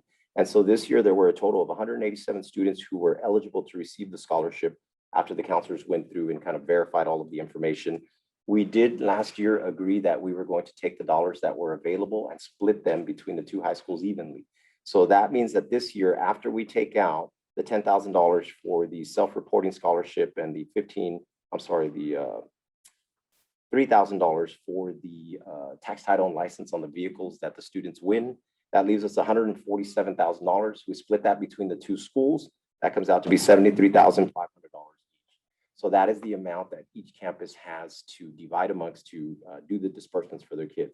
There were 89 students at Southwest High School who qualified for the scholarship, and there were 98 students at Southwest Legacy High School who qualified for the scholarship. So I'm not sure if you all were able to see the disbursement options, but the disbursement option that was selected was option B for both campuses. And you will notice that those option disbursements were a little bit different this year. And the reason they're different is because we had a few more students at Southwest Legacy qualifying and a few less over at Southwest High School. So the numbers were a little bit different. This is the first time that we've dispersed it like this, where it's one disbursement for Southwest High School and one disbursement for Southwest Legacy. So you'll see that option B was selected, which is a 3,000, a 2,000, a 1,000, and then a 575 for students at Southwest High School. And then at Southwest Legacy, it was 3,000, 2,000, 1,000, and $510 instead of 575 because there was more students at Southwest Legacy who qualified. Essentially, the packages that were chosen by the scholarship committee were mostly the same, but because there's a few more students at Southwest Legacy, there was a little less in that dollar amount for the last award amount. Although I understand that, I don't understand how last year's scholarship was so high to certain students. That's a big difference, you know. So we did last year have some additional money that was, so last year, I believe we had $242,000 total. After we took out the $13,000, I believe we had $229,000 to divide up amongst the students that were left from last year. This year, we're working with a lot less money. Now that money that we had, the additional money that we had left over, it's because every 5 years, that group that doesn't use those funds, we roll those funds into that. There just happened to be more in that pot of money that got rolled into the group that we used last year. So you're right, there's substantially a lot less money available this year. So last year, we were able to put together some packages that were a little bit higher, well, of course, quite a bit higher than what we're giving away this year. And then today, and this year to top it off, because we divided the dollars equally, we're not able to kind of play with those dollar amounts a little bit higher and put more kids into that category. So I find it unfair that some years the amount is super high and other years it's not. I think we need to have a balance there. So we did discuss that at our last meeting, and I know we're going to bring this in the fall to the scholarship committee. One of the things that we talked about was taking, and I don't remember which school district you said, I believe it was DeSoto, Westlaco, who takes all of the scholarship money and just divides it up by the number of students who qualify, and they all get the same amount. So that was one option that might be on the table for next year. I can also see parents that like might know each other and compare and say why, right? Right. So I think that would definitely be something. I know we discussed it this year, and part of that also was the time frame that the students have to use those dollars up, because it is that 5-year time frame. And sometimes the longer they go without using it, the more likely they are not to use it. So we may look at putting some stipulations where they have to use it up in those first 3 years, maybe instead of 5. Yeah. Is that rollover currently just happening every 5 years? Yes. So what we may want to suggest to the committee is every 5-year rollover gets spread over the following 5 years. In other words, it's for $5,000 and we add $1,000 each year Per student or for the whole? to the total. To the total. That way you have that same rollover. So it's not a lot 1 year and not as much in years. Whatever we change it to. That way that rollover doesn't just affect that 1 year. One class. Okay. One class, and they're lucky because they got the rollover. year. Right. And instead it's dispersed over between years. I don't know, is that It's just possible, something Brett? Well, we'll probably have to have a further discussion on, we have, and this will probably come from our auditors about the liability that we hold for 5 years on this. Like, we need to probably bring up to the committee that we pretty shorten it. Usually about a year or two, if they haven't spent it, I would say 90% of the students don't use it. But it stays a liability in our books. So we can't use that or remove those funds. Once they come off, what you're talking about, we can possibly do it, but it's a really hard, tracking it over 5 years is hard now, but tracking it another 5 years, almost 10 years for those funds would be very difficult. So what we've done is which we're doing anyways, because we put it back in the pot and it gets pushed back out. So I think it's a bigger topic to talk about, so that students can take advantage of the funds now. And the ones that don't use it, we get in the hands of students sooner instead of waiting 5 years. Because we just recently started doing that, and that's why it fluctuates. You're gonna see 1 year that you got $60,000 that wasn't spent, 1 year you're only gonna have 20. In the past, we just let it roll back into the scholarship fund, so we thought it was best to give it. But we probably need to look at it overall and scale. So if we do less years, will the fluctuation be less because? Well, hopefully people will take advantage of it, we're awarding it, but at the same time, most of the funds, they're sitting in an account, an escrow account, not being used for 5 years. And we could figure those funds out earlier. I think part of the problem with the scholarship is originally kids that were signing up for the scholarship were planning on using it. And now we have everybody sign up for the scholarship. And so we have a lot of kids that get it, but they really have no intention of even using it. So we might need to look at that too. Yeah, we can bring back how it was distributed and then how it was used and what year it was used. I want us to be really careful about something too. Alamo Promise is a last dollar scholarship. And so that means if our students activate that scholarship too early, if they go on the Alamo Promise, then those funds are used and then the Alamo Promise kicks in. So the committee intentionally left it at 5 years. We did have this conversation earlier. We might be able to lessen it to 3 years, but we know our kids have to work to go to school. A lot of occurrences. And so we wanted those funds to be available after the Alamo Promise to continue with a 4-year degree as well. We did have a really great conversation in the recommending committee, because you are the approval, about, this multiple year. It was the original intent of the scholarship was to get students all the way through higher education. And we're going to add on another high school next year with graduates.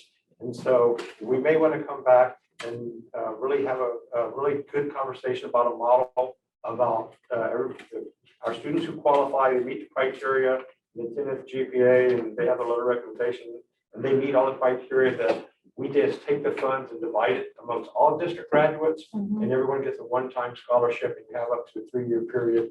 In this scenario, lesser time period, so we don't carry the liability. that may be the best course of action right now. And I think that's how most districts or entities who buy scholarship funding, they try to put some criteria up like that. It's an accounting nightmare. I am positive for our high school bookkeepers and for our central office because of the requirements to continue and they have to meet them. Some of the students just give up on the process. They don't want to do it. So. And the problem with that too is that you have that student that's in the middle and that really needs those funds. And I'm just concerned over some of the students that really need the funds not being able to acquire them because of the qualifications or whatever it is being so strict or the criteria, you know, them not meeting it. And it should be on a level that everyone will be able to. And I know that we're going to bring that back to the scholarship committee and we're going to have a lot of discussion about some of these different components because as we've gotten bigger, it's not as easy as when it was just the one high school. Now we got the two and we're going to cast them. Yeah. The bookkeeping was as difficult.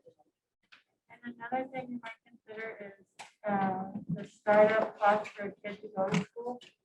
So maybe they need a laptop, maybe they need help with the books, maybe it's more of a, you get a, once you show you're registered for school, here's your check for $600, use it for what you need to use it for, whether it be books, gas, a bus pass, whatever. Because if it's a matter of the school reducing their cash award because we're giving them, then maybe we just give them money that they can use. I mean, books are terrible, expensive, and then if they need a little tablet, I mean, there's other ways to help them without penalizing them for getting the money. That's so very true. The environment has changed. We have changed our process. Yeah. Okay, members, I think if anyone has any thoughts for the scholarship committee, you can jot them down, get them over to Jesse. Jesse will make sure the scholarship committee gets them. At this time, there is a recommendation coming from the scholarship committee. So I have a motion. I have a question. Do we currently have a board member sitting on the scholarship committee? I'm just curious. We do have several An board active? members. Okay, Yes. they're active. Yeah.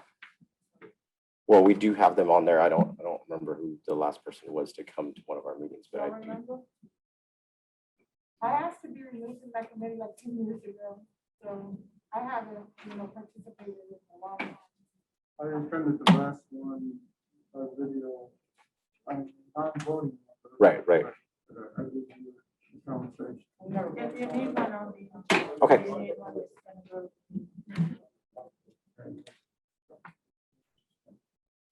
Okay. Once again, I do have a recommendation coming from the committee and looking for a motion. I second. A motion, the second, if the board approve the Southwest ISD Scholarship Committee to award a total of $147,000 to 187 qualified students. All in favor, please say aye. Aye. All opposed, same sign. Motion passed. Thank you. Thank you all. Thank you, Jesse. Good conversation.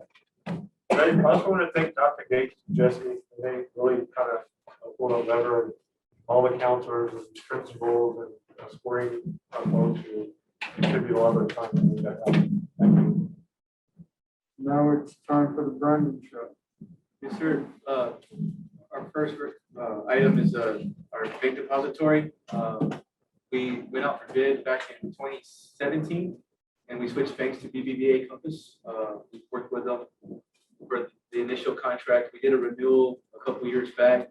The state allows you to do a couple renewals if you're satisfied with the work of the bank. So we are, and we reached out to the bank and we kind of sat down and discussed moving forward.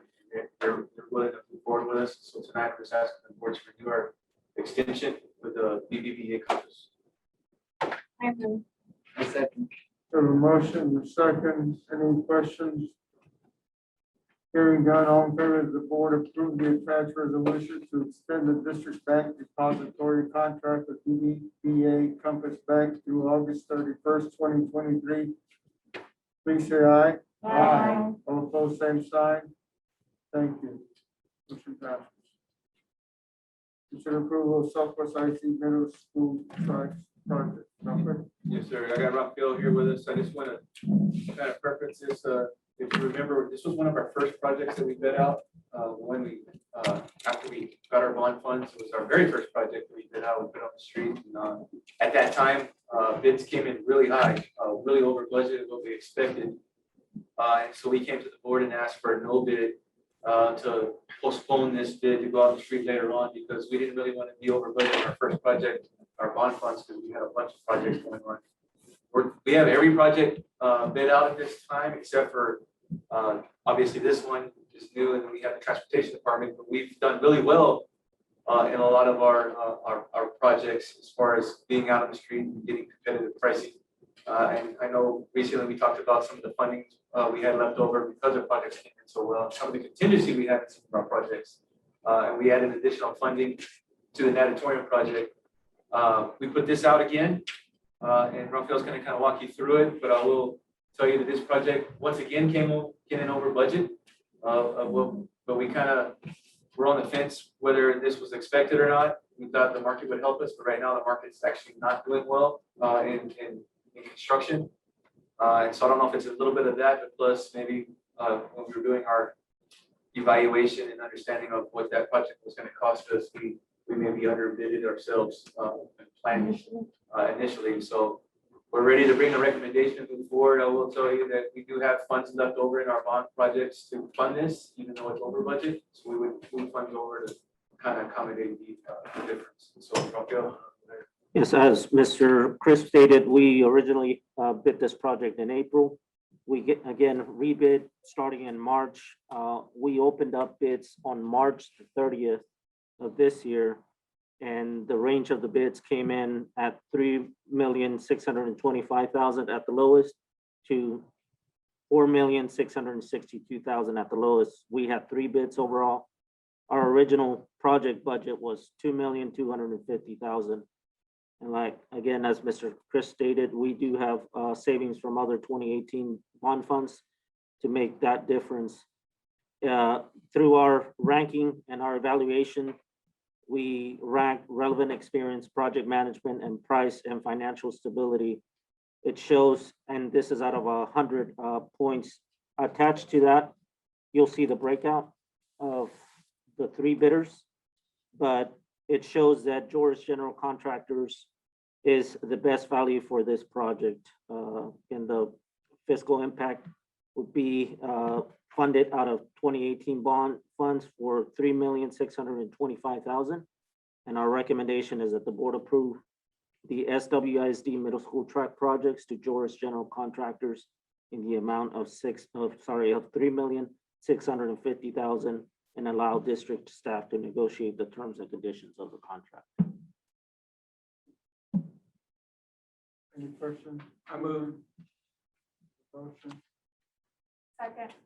a motion and a second that the board approve the Southwest IC Middle School track project to George General Contractors, the amount of $3.65 million to allow district staff to negotiate terms and conditions of the contract, all being paid with bond money. Is that correct? Yes, sir.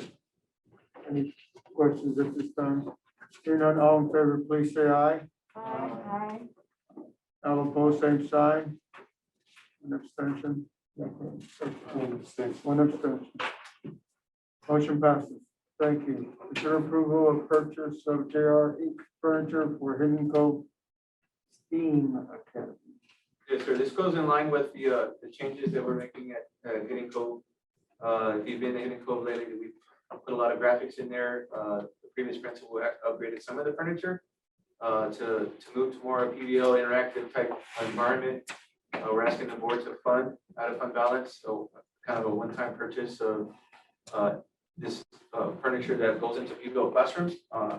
It's really nice furniture. It's furniture that is interactive, and it'll hit every classroom. And so we're asking the board to fund it from fund balance for $250,000 so that we can go ahead and proceed and get it ordered and hopefully get it here before school starts. I move. Second. A motion and a second that the board approve the purchase of school furniture from JR Inc. at the cost not to exceed $250,000 for Hidden Cove STEAM Academy. Any questions? Hearing none. All in favor, please say aye. Aye. All opposed, same sign. Motion passes. Consider approval of Southwest High School Stadium wrought iron fencing project. Yes, sir. The main campus fencing project is set to replace aging chain link fence throughout the main campus with new wrought iron fencing. Several areas have already happened in previous projects. The frontage of Southwest Elementary, as well as the frontage of the Pony Fields were our latest.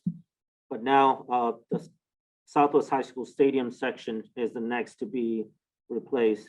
This will be roughly 350 feet, and it extends from the field house all the way to the existing baseball wrought iron fencing. Pricing was procured using our IDQ of pre-approved general contractors and was distributed on April the 12th. We'll receive bids on April 15th.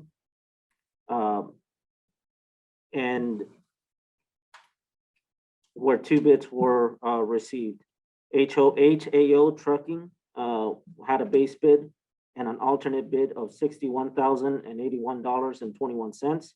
MLP Ventures had a base bid and an alternate one price, and the alternate is to paint the existing baseball stadium fence or wrought iron fence to match black. Their total was $69,058. This cost of the project will be funded by budgeted funds.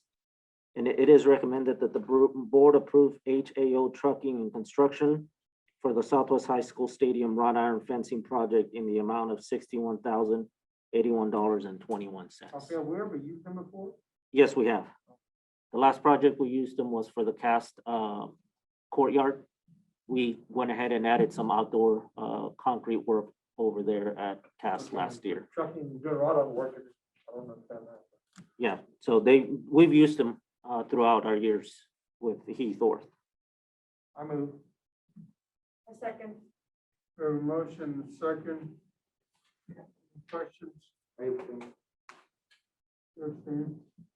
We have a motion, second, the board approve HAO Trucking and Construction for Southwest High School Stadium wrought iron fencing project in the amount of $61,081.21.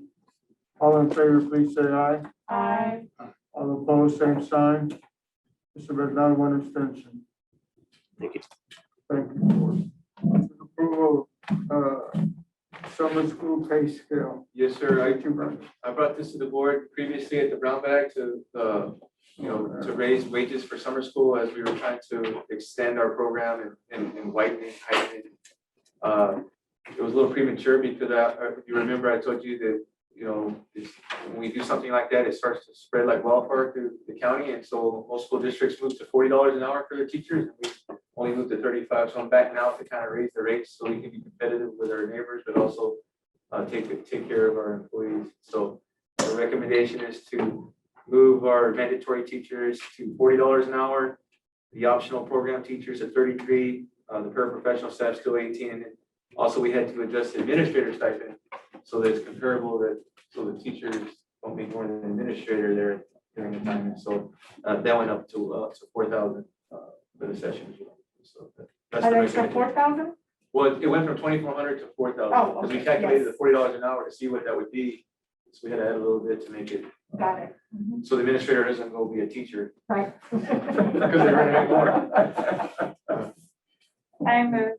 The second. Motion is second, the board approves the summer school pay scale changes as presented. Any questions? Hearing none, all in favor, please say aye. Aye. All opposed, same sign, motion passes. Thank you. Consider approval of interlocal agreement between the City of San Antonio and SWISD. Yes, sir. This is the funding mechanism that contract that we've been working with the city. Rob's here, his firm, Winnie over there has been working with me, and we've been working on this for about 4 months now to negotiate our contract with the city to make sure that we have a fair contract, and we finally come to terms with the city on some of the things. And a lot of it boils down to is how we're going to use the funds in the project. And so we're up against time because if you look there, most of the stuff that the city wants to be a part of and paying is actually happening right now, the demolition, the utilities, the movement of dirt. And so time is of the essence. So that was part of the deal. To also negotiating the term of the contract, how long are we going to be obligated to partner with them on this? Goes to 2037. They held us to the actual bond term on the payment schedule that they have on the actual funding. We pushed back against that, but they wouldn't budge from it. And so we kind of accepted that. And then some of the other terms is, okay, we're going to run the facility. What are their expectations from the city's usage to the public usage? And so we had to really spread that out and make clear what that meant. So for the public usage, because they have about 14% invested into the project based on their numbers, is what they're expected us to have it open per month for the public use, not for the city, but for public use. And so I think we will meet that and exceed that anyways, as we open up the facility for Learn to Swim and Senior Swim and all the different things you can do that are public usage. I think that's the goal of us, our not a term anyways. So we're good with that. They did ask for 10 additional city days that they could possibly use our facility for events and things that they might host. We negotiated that that's possible. We would designate those days as long as they don't interfere with anything that Southwest ISD is doing, but they would be subject to our rental fees because we plan on having, just like every other facility we have a rental schedule that has certain fees so that we make up the funds for if we have to hire custodians and lifeguards or, you know, people that are gonna work the facility so that we open it for them. And so that was part of the negotiation. And then really, a lot of it boiled down to the construction part. And so we've got to a contract we like. So tonight we're here to get the board to approve it because it needs to go to city council, so they approve it, and then we can work with them to start getting the funding. Because we've already probably spent about $2 million with George, and we need to start charging the city for their portion. So any questions on the contract? I was gonna ask you the one the other day, but I forgot about it. Was the rate range of labor, are they gonna have any control of that? They have control of it. That's the other piece. They have control over it on these sections. So if you look at the demolition, the contractors, subcontractors, they're hiring the demolition, the site work, those groups. That's why they specifically chose those trades with Doris. So yes, they do. We have to use those prevailing wages that they have for those specific trades. That's why it's kind of Doris is wanting us to make sure that we stick to those that's in this contract, because once we move out of there, it's contract, that's what they're gonna hold us to, those specific trades. Do they have any control on the rates for like our lifeguards or No, administration or anything like that? no, that'll be completely up to us. Any other questions?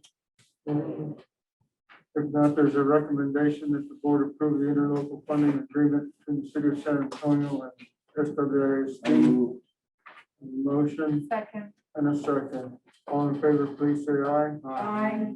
All opposed, same sign. Motion passes. We will now move on over to item 10 for CNI.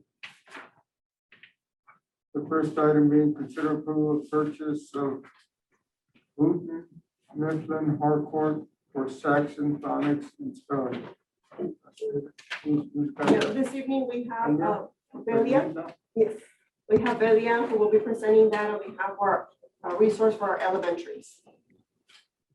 Hi, good morning, board members, Dr. Verstip and senior staff. For some reason, my camera is on, but it is not working. So you can just see my background here. Southwest ISD is continuously seeking to grow the early literacy instructional practices in order to prepare all students to be college and career ready. If you can recall, back in the 2017-2018 school year, the district recognized there was a need for a comprehensive literacy program, which was designed to serve all students in grades K through 2. And at that time, you generously approved to purchase Saxon phonics and spelling for grades K through 2nd at all elementary campuses. At this time, we are considering approval of purchase from Houghton Mifflin Harcourt for Saxon phonics and spelling over $50,000. The supplemental resources are not to exceed $84,000 because there has been an upgrade to that curriculum and those resources that new kits will need to be purchased. So at this time, we are considering approval of purchase from Houghton Mifflin, and as I mentioned, not to exceed $84,000. Questions from members? I move. Second. Have a motion and a second to approve the purchase. All in favor, Thank please say aye. Aye. All opposed, same sign. Motion passes. Thank you. Consider approval of purchase from Z Space Is that, And this is a program that we will be bringing to Hinco Elementary next school year, so we're really excited about. And I'll have Mr. Asa share some background on that. Correct. So as Mr. Brandon Chris mentioned that we have had some changes happen at Hidden Cove Elementary with the prior principal there. So Hidden Cove STEAM Academy would like to implement Z-Space, which is a combined augmented and virtual reality. It's an AR/VR solution for immersive, interactive, multisensory learning experiences. The students will be able to view virtual models in 3D through lightweight glasses, examine them in detail from all angles, and manipulate them fearlessly using a stylus pen, effectively bringing their problem project-based learning to life. So this will really support their PBL. At the same time, I do have Mr. Jay Battles here, who has been working extensively to make sure that we are able to get that program up and running. So I'm going to go ahead and let him share just a few words and a little bit more background information in regards to that program. Okay, good evening, everyone, and good to see you again. Ultimately, the same thing that Velia said this evening, it's an augmented and virtual reality solution. The way that they have this set up is it will be a schema and design lab. All teachers will have access to this lab as well as the STEAM teacher. And then what we're going to do is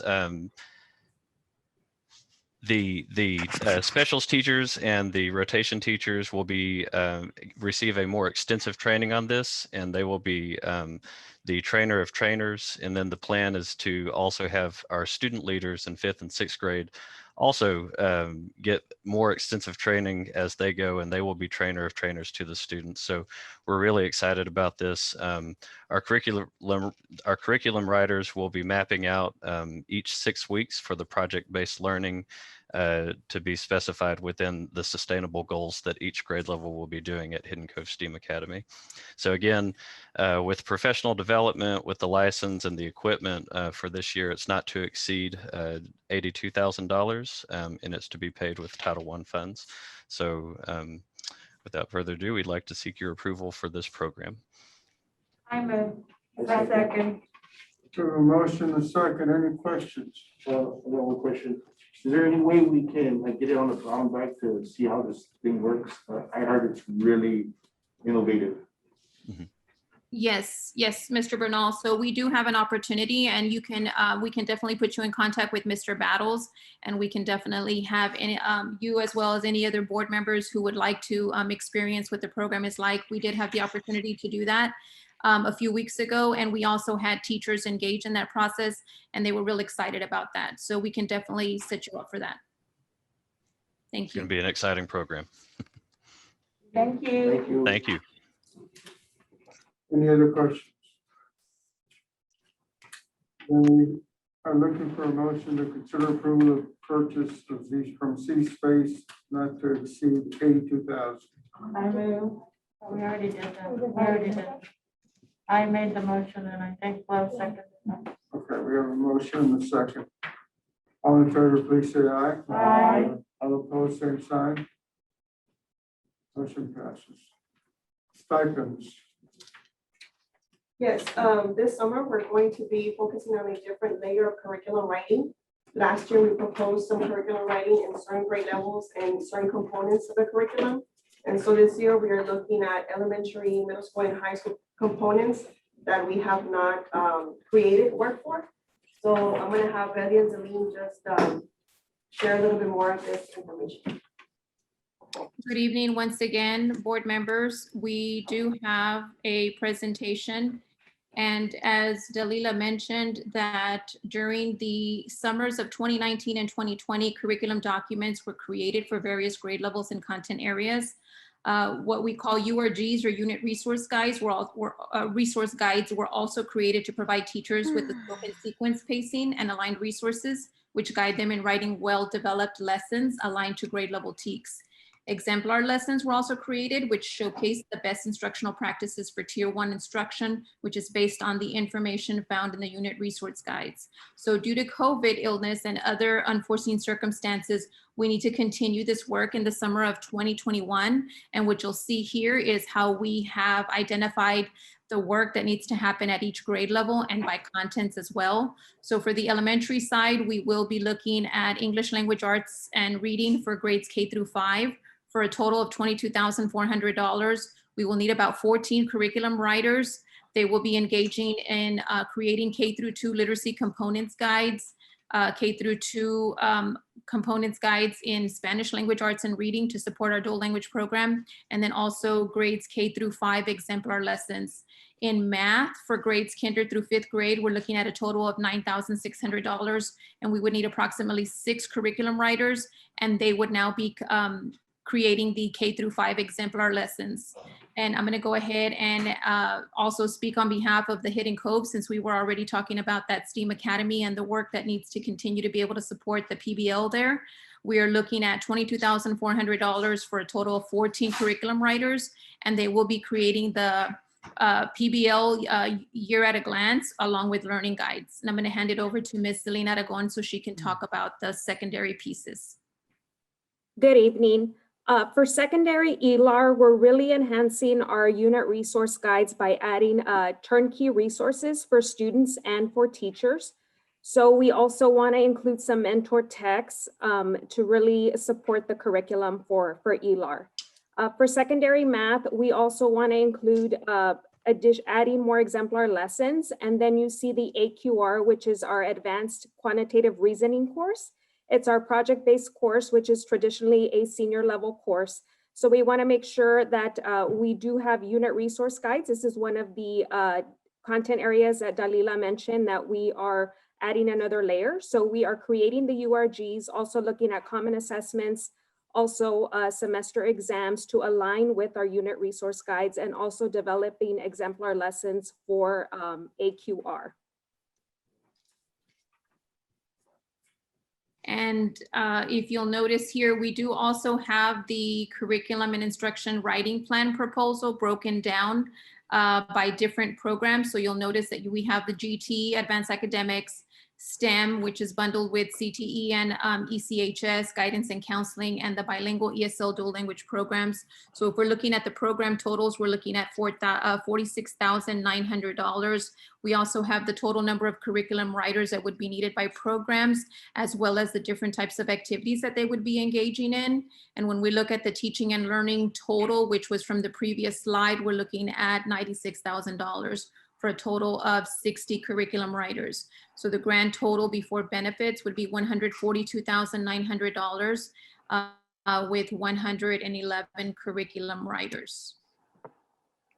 I also did want to add that for CTE for the middle schools, as you saw today visiting the aviation classroom at Southwest High School, we really want to align it to the middle school. So part of that unit of study that we are asking for CTE at the middle school is to really help us produce and create a aviation unit of study that will be aligned to the feeder campuses. Zelene, you want to talk about this one? You want me to talk about it? Yes, and this is just a breakdown of the different funding sources that would be used for curriculum writing this summer by department, and then also by their funding source. And so as we mentioned before, when we bundle everything before, when we talk about the different programs and the different types of core content that we're looking at, we have it broken down by the different funding sources, as Ms. Aragon mentioned. By Title I, we're looking at $102,000, $174.53. We're looking at Title II of $34,759.50. For CTE, $10,855.48. And then for the bilingual ESL program, we're looking at $3,372.58. So we've been, we're almost, we're like in a 3-year timeline, and we're hoping that with the addition of the curriculum components, we're getting closer to having a robust, rigorous curriculum that we want to have for our school district. And so we do have a timeline. Sorry, Philia. Correct. So we have a start date of June 7th that we are anticipating. We have also taken into consideration the different summer sessions that we will be offering this summer to make sure that we accommodate for those teachers who want to be able to work summer school, but then have also previously worked as curriculum writers in the past. And so we are looking at our timeline of having all our products due for review by July 12th of 2021. And then the end date would be August 6th of 2021, where the actual final products are due. You should just say that the curriculum writers have done it already in the past, and that's how we select them. Or Yes, we have some experienced curriculum writers, and we're also trying to work around, sometimes our curriculum writers are also part of the summer school. And so we want to make sure that they're here to serve as a curriculum and also the teaching in the summer. So we're extending the timeline. Before we used to bring them in for certain days, and now there is a window. the stipend helps encourage that. Yes. Great job. Thank you. Board members, any Questions at questions? this time? I second. We have a motion and a second, and the board approves stipends for the 2021 summer curriculum writing. All in favor, please say aye. Aye. All opposed, same sign. Thank you. Thank you. Thank you. Thank you, Elaine, Villia. Consider approval of Cte internships. Who's with that? Yes, so every summer, or at least last summer, we were able to post some opportunities for our students. So this year we're back again, and Ms. Alina went to the details of this. We would like to hire our own students to give them some experiences here within our school district. So we're really excited about this opportunity for our students. Yes, so thank you, board, for approving the student internships at a previous board meeting. What we'd like to come back today is talk about the projected budget and look at the hourly rate, and then also up to 40 hours that our students would be working starting in May and continuing up to August. And so we do include all of our 3 high schools in the proposal. And then also we want to talk about the support that we will provide our students, not only preparing for the application process, but also for the interview process. So we want to make sure our students are definitely ready for those experiences. So I'll have Dr. Ortiz, our CTE director, talk about just about the time frame and just about the budget proposal. Good evening, everybody. Can everybody hear me? Yes. As Ms. Aragon mentioned, this is a great opportunity that we want to offer our students to continue what was previously in place. We have worked with we have outlined some of the departments that align with the different programs of study in CTE, starting with the media department, police department, technology, textbooks, health and wellness, purchasing, C&I, facilities and maintenance, and transportation. The hourly cost for the students would be $9, and they would be eligible to work up to 40 hours per week. We do have a breakdown of what the total cost would be, along with how much it would be per student. So per student, it would be $5,130. And for all of the students together, it would be $102,600. These are just some of the steps that we took in order to put this in place. We did collect feedback from the different campuses along with the CTE teachers to make sure that the internship opportunities we were offering aligned with the different programs of study. Tonight, we're asking for approval for the CTE internships, and then according to our timeline, we plan to post these positions and then ensure that we offer support to the students for resume building and mock interview support in order to make sure that they are ready for these positions. So at this time, we are requesting approval to move forward with the CTE internships. This will be budgeted money. So this was if you remember previously, probably years back, we used to call them summer help. Yeah. And so we just had a summer helper program where we, just different departments hired people that would apply for jobs, and it was first come, first serve. And then 2 years ago, before COVID, we decided to make it internship type jobs so that they go through a process at CTE, they have interviews, they align them with departments that we have, just like a real intern. So we have a budget for these. This is to kind of get you updated and understand what I have we're a doing. quick question. What, the books distribution, which program does that align with? I mean, I can tell the other ones are really obvious. It's logistics and manufacturing. So they're gonna be doing more than just moving the books? Well, It's an inventory. we tend to move them over to the distribution. They just didn't, when they were summer helpers, we had them just in textbook, but then But we're gonna teach them more Yeah, than just having them they do ended the up, grunt work, right? at the end of the day, they ended up moving over into distribution and seeing how they run the warehouse and inventory and actually delivery and all that whole process works. So yeah, they get a little bit more than just. The inventory. Because textbook does have certain times they get really busy. Okay, thank you. I move. Second. Motion and second, the board approve the SWICTE internship opportunities. All in favor, please say aye. Aye. All opposed, same sign. Motion passes. Thank you. Thank Thank you. you. Consider approval for Resnick Middle School Dual Language Program pilot. Yes, so we are moving forward after considering and doing an extensive amount of research and surveys. This has been almost a 3-year project.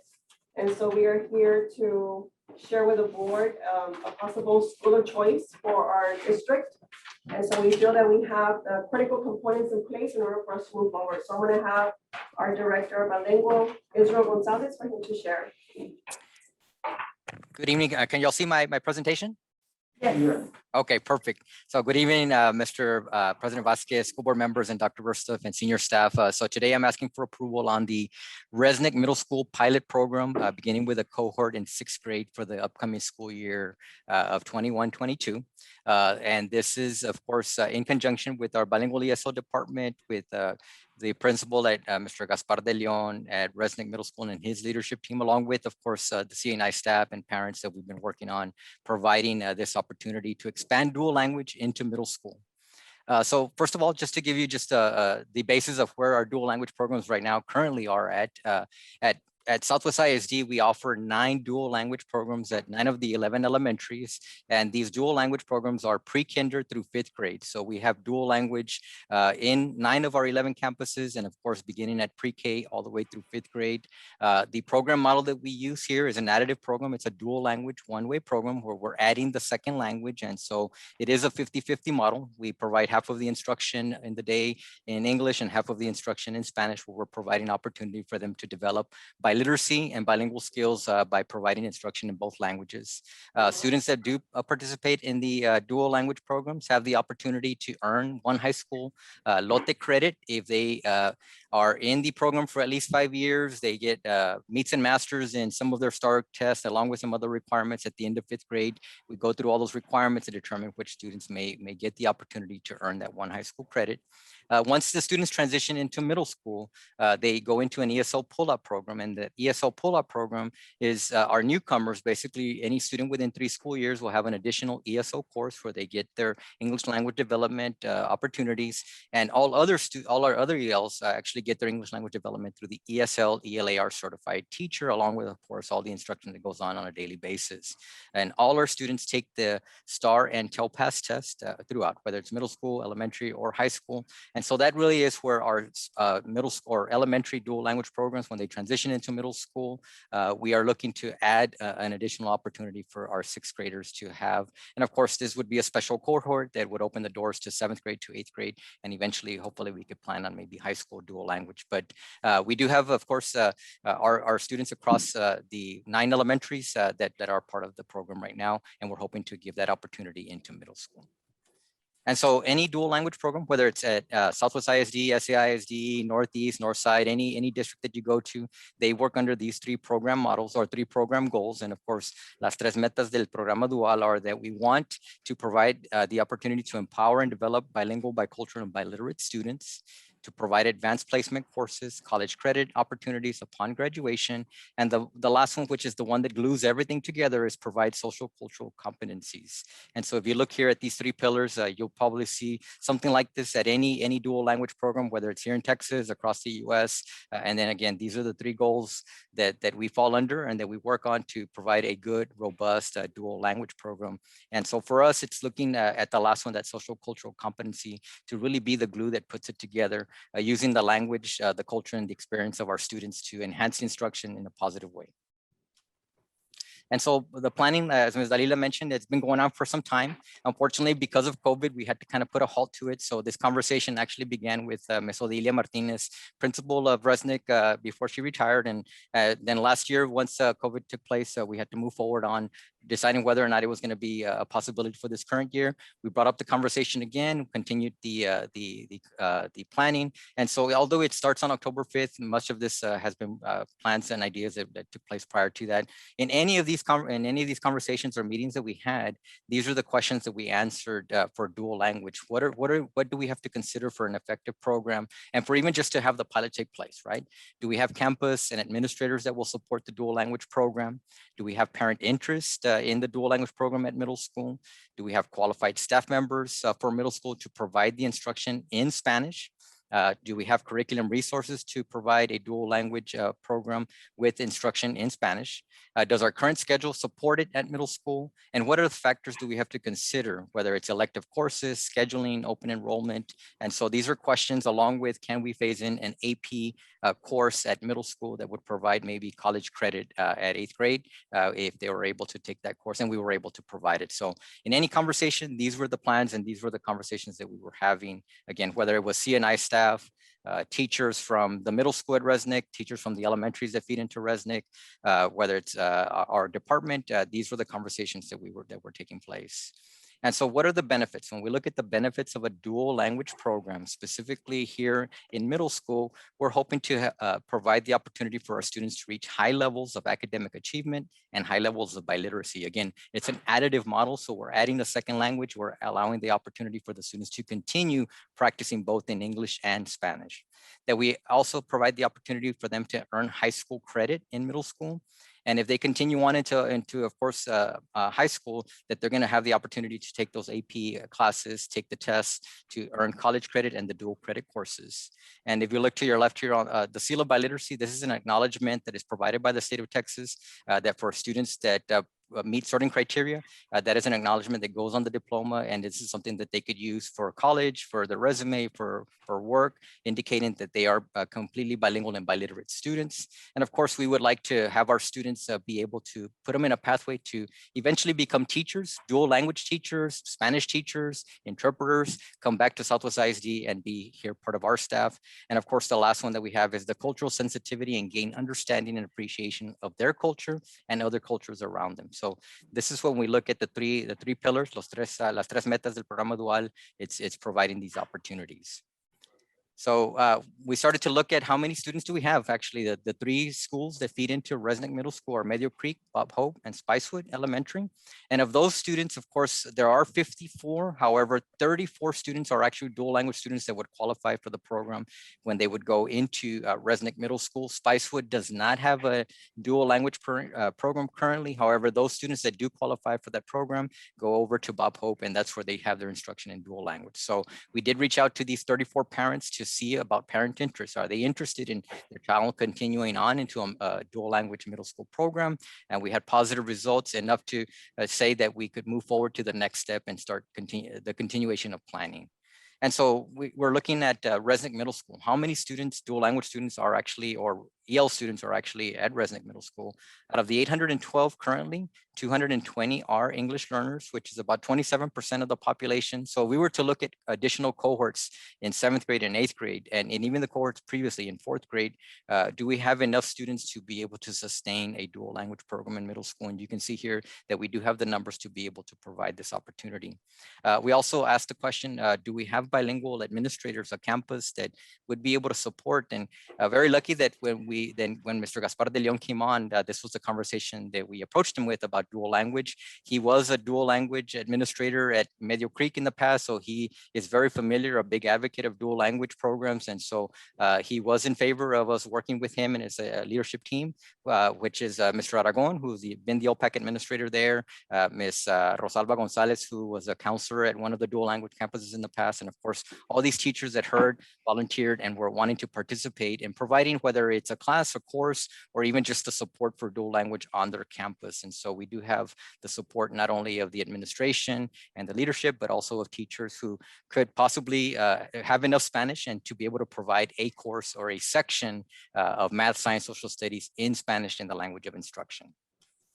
And so we created an infographic to invite parents. And so those 35 parents, we invited them to on March 24th to meet with us. We had 2 different meetings. Of course, we provided some incentives for them to participate not only in the survey to see if they were interested in the program, but also to learn more information. And this actual presentation right now is what we presented to them.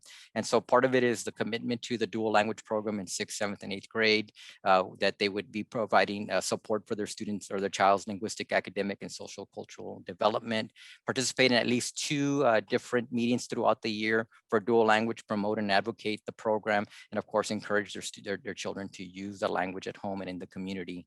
And of course, the other side of it is the commitment from students that they would be able to participate, commit to taking the courses, and hopefully eventually, like I said, once they got into high school, that they would take those dual credit or AP courses. So to have a dual language program, it requires that we have at minimum 2 different courses that are in the language of instruction, which is Spanish, right? So the advanced Spanish courses would be a Spanish 1, Spanish 2, Spanish 3, whether we call it an advanced Spanish course, an honors course. The course would be a Spanish for Spanish speakers. So this is not just a course, a beginner Spanish course for students who would be learning Spanish for the first time. Because these are dual language and this is their first language, they would be an advanced course where they would be provided the opportunity to continue to develop their biliteracy or their language skills in Spanish. And of course, the other required course would be a content course, which includes a math, a science, or a social studies. So depending on the teachers, the certifications, and the opportunity to create a section of math, science, or social study at every grade level, these would be, again, courses that are not bilingual courses. This is a course that would be in the language of instruction. So we would have a Spanish advanced course and a content course that they would be required to take 6th and 7th and 8th grade, so that they are practicing, again, their Spanish skills, their Spanish literacy, biliteracy, and continuing to work on that bilingual and biliteracy development, right? And so the social cultural competency would be that we would try to align some of our electives, like our fine arts electives, mariachi, cultural arts, and possibly create a Mexican American studies course that could align to working with our students, not only for this particular group of dual language students, which would be, you know, the students in the program, but to apply to provide this opportunity to all students on the campus that are at Resnick. And so what does the schedule look like for a student? Well, a regular schedule, 7 periods, 1 first period or 5th or 6th period. Again, it would be depending on what course we would be offering in the language of instruction, whether it's a math, a science, or social studies. And then of course, they would take that ELAR class with the ESL certified teacher, a fine arts course, the dual language advanced Spanish course, and of course PE or any other electives that they would be able to take. So this would be what typically a 6th grade schedule would look like. Once if this cohort again moves into 7th grade and then 8th grade, it's going to look very similar. The opportunity for them to take against those advanced courses and those content courses in the language of instruction would need to be there for them to be participating fully in the dual language program. And so the last thing that I have here to present is the social cultural competency piece of this. And this is the culturally relevant pedagogy that we're providing, not only looking at, we're looking at of course, the language, the experience, and the culture of the student to enhance the program. So this isn't just a pathway for our students. We're looking to create an entire experience for not only the dual language, but also a program, but also for Resnick Middle School and all the teachers there. So providing culturally relevant texts, resources, training for not only those students, but for all students and all teachers on the campus, including the leadership teams, so that we can provide a positive environment of biliteracy and bilingualism and biculturalism there at Resnick. And so with this, it's providing that opportunity for all on the campus and of course the parents and the community. And of course, this would be a highlight for our district to be able to expand or extend the dual language programs into middle school. And so at this time, I do ask for approval for a pilot program at Resnick Middle School, starting with 6th grade next year. I move. Second. There a motion and a second that the board approve the Resnick Middle School dual language program pilot for the 2021-2022 school year.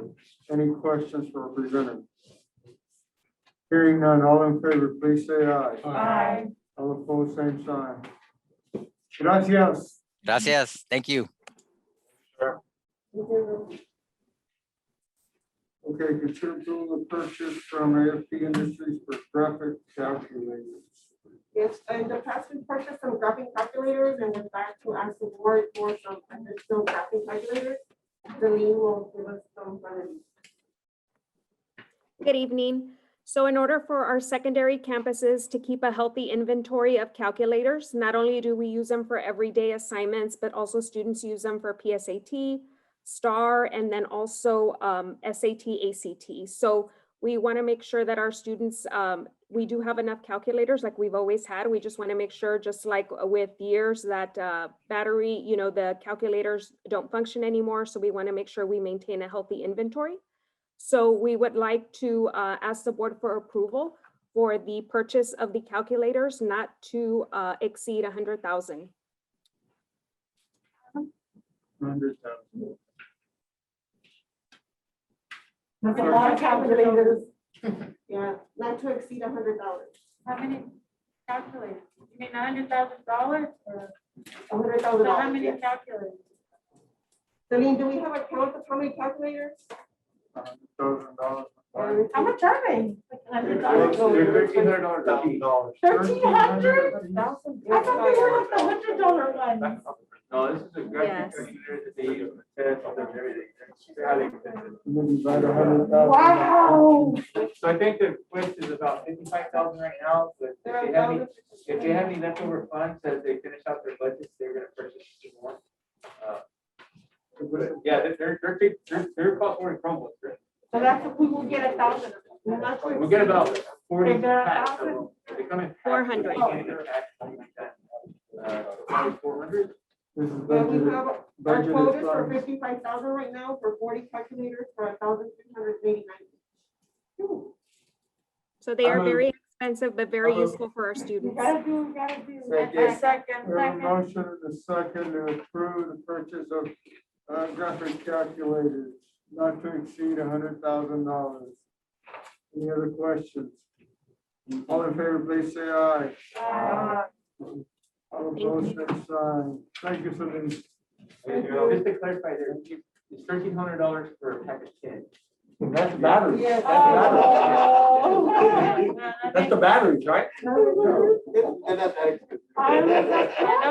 say. I thought they were like Yeah, $100. it's a pack of 10. It's Yeah. we're buying 40 packs. Okay, It's well, it's 10. a pack of 10. Okay, before we go into closed session, Dr. Versta.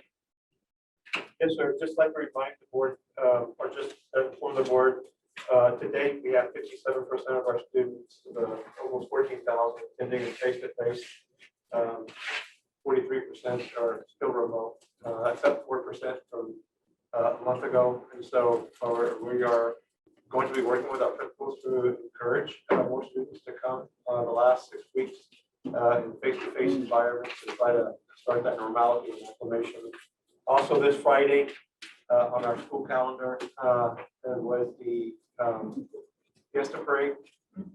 And we're still having the holiday, a good time for our students and families and staff. Take that day, even though there will be a Fiesta Parade, or there may be a virtual. I don't know. So just those two things. Yeah, I just wanted to, once again, tell everybody how much I appreciate all that y'all have done for me and accepting me, and that we had a tremendous board. And I just, as I said earlier, pray that you will continue to have that type of collaborative environment. I'm going to go ahead and leave.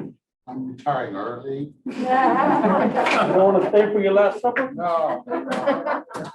I did it with my wife. We see you. Bye. Thank you very much. Yeah. Okay, as Keith works out, I'm gonna read some numbers. It's permitted by section 551.001 through 551.146 of the Texas Government Code. And pursuant to Government Code 551.074, discussion on personnel, administrator employment resignations, reassignments, leaves of absences, and contract renewals. Pursuant to Texas Government Code Section 551.071, consultation with the board's attorney concerning legal and procedural issues involving non-renewal of a term contract employee. And pursuant to Texas Government Code Section 551.07 for discussion regarding non-renewal of term contract employee. We will now go into closed session at 8:34.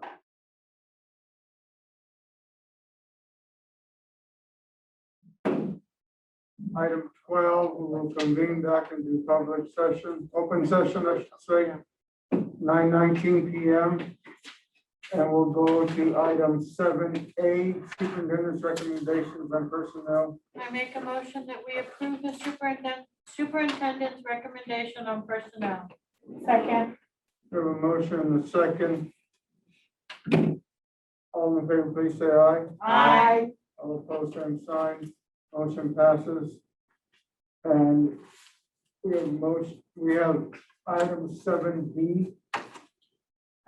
Having been previously notified of being proposed for non-renewal on March 23rd, 2021, having failed to submit a request for a hearing within 15 days of receipt of the notice, and after reviewing Dr. Gardner's employment circumstances, I move to non-renew the term contract of Dr. Gardner effective at the end of this school year for the reasons set forth in the notice letter previously delivered.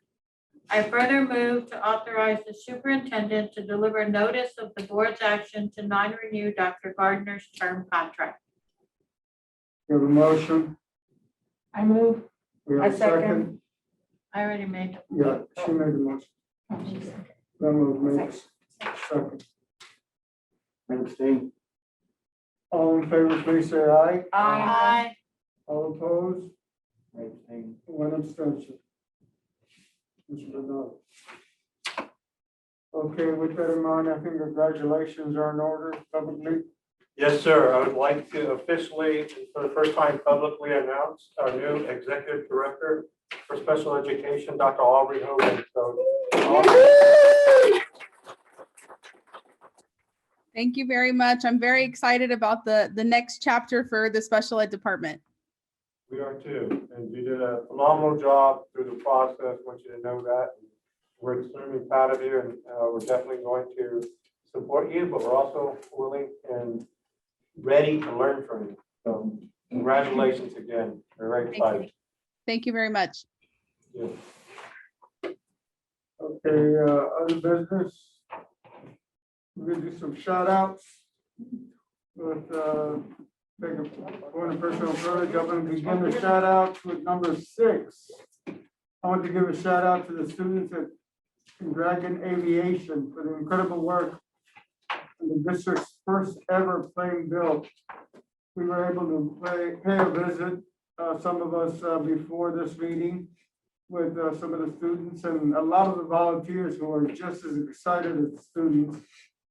And I remember a couple of years ago when we first started this program, I think they had a couple of parts and a hammer. And now we can't wait to see the final product, which will be soon. So big shout out to them. I want to give a shout out to the kinder kids that's working toward the Club 100. We're very proud of our kids. Thank you.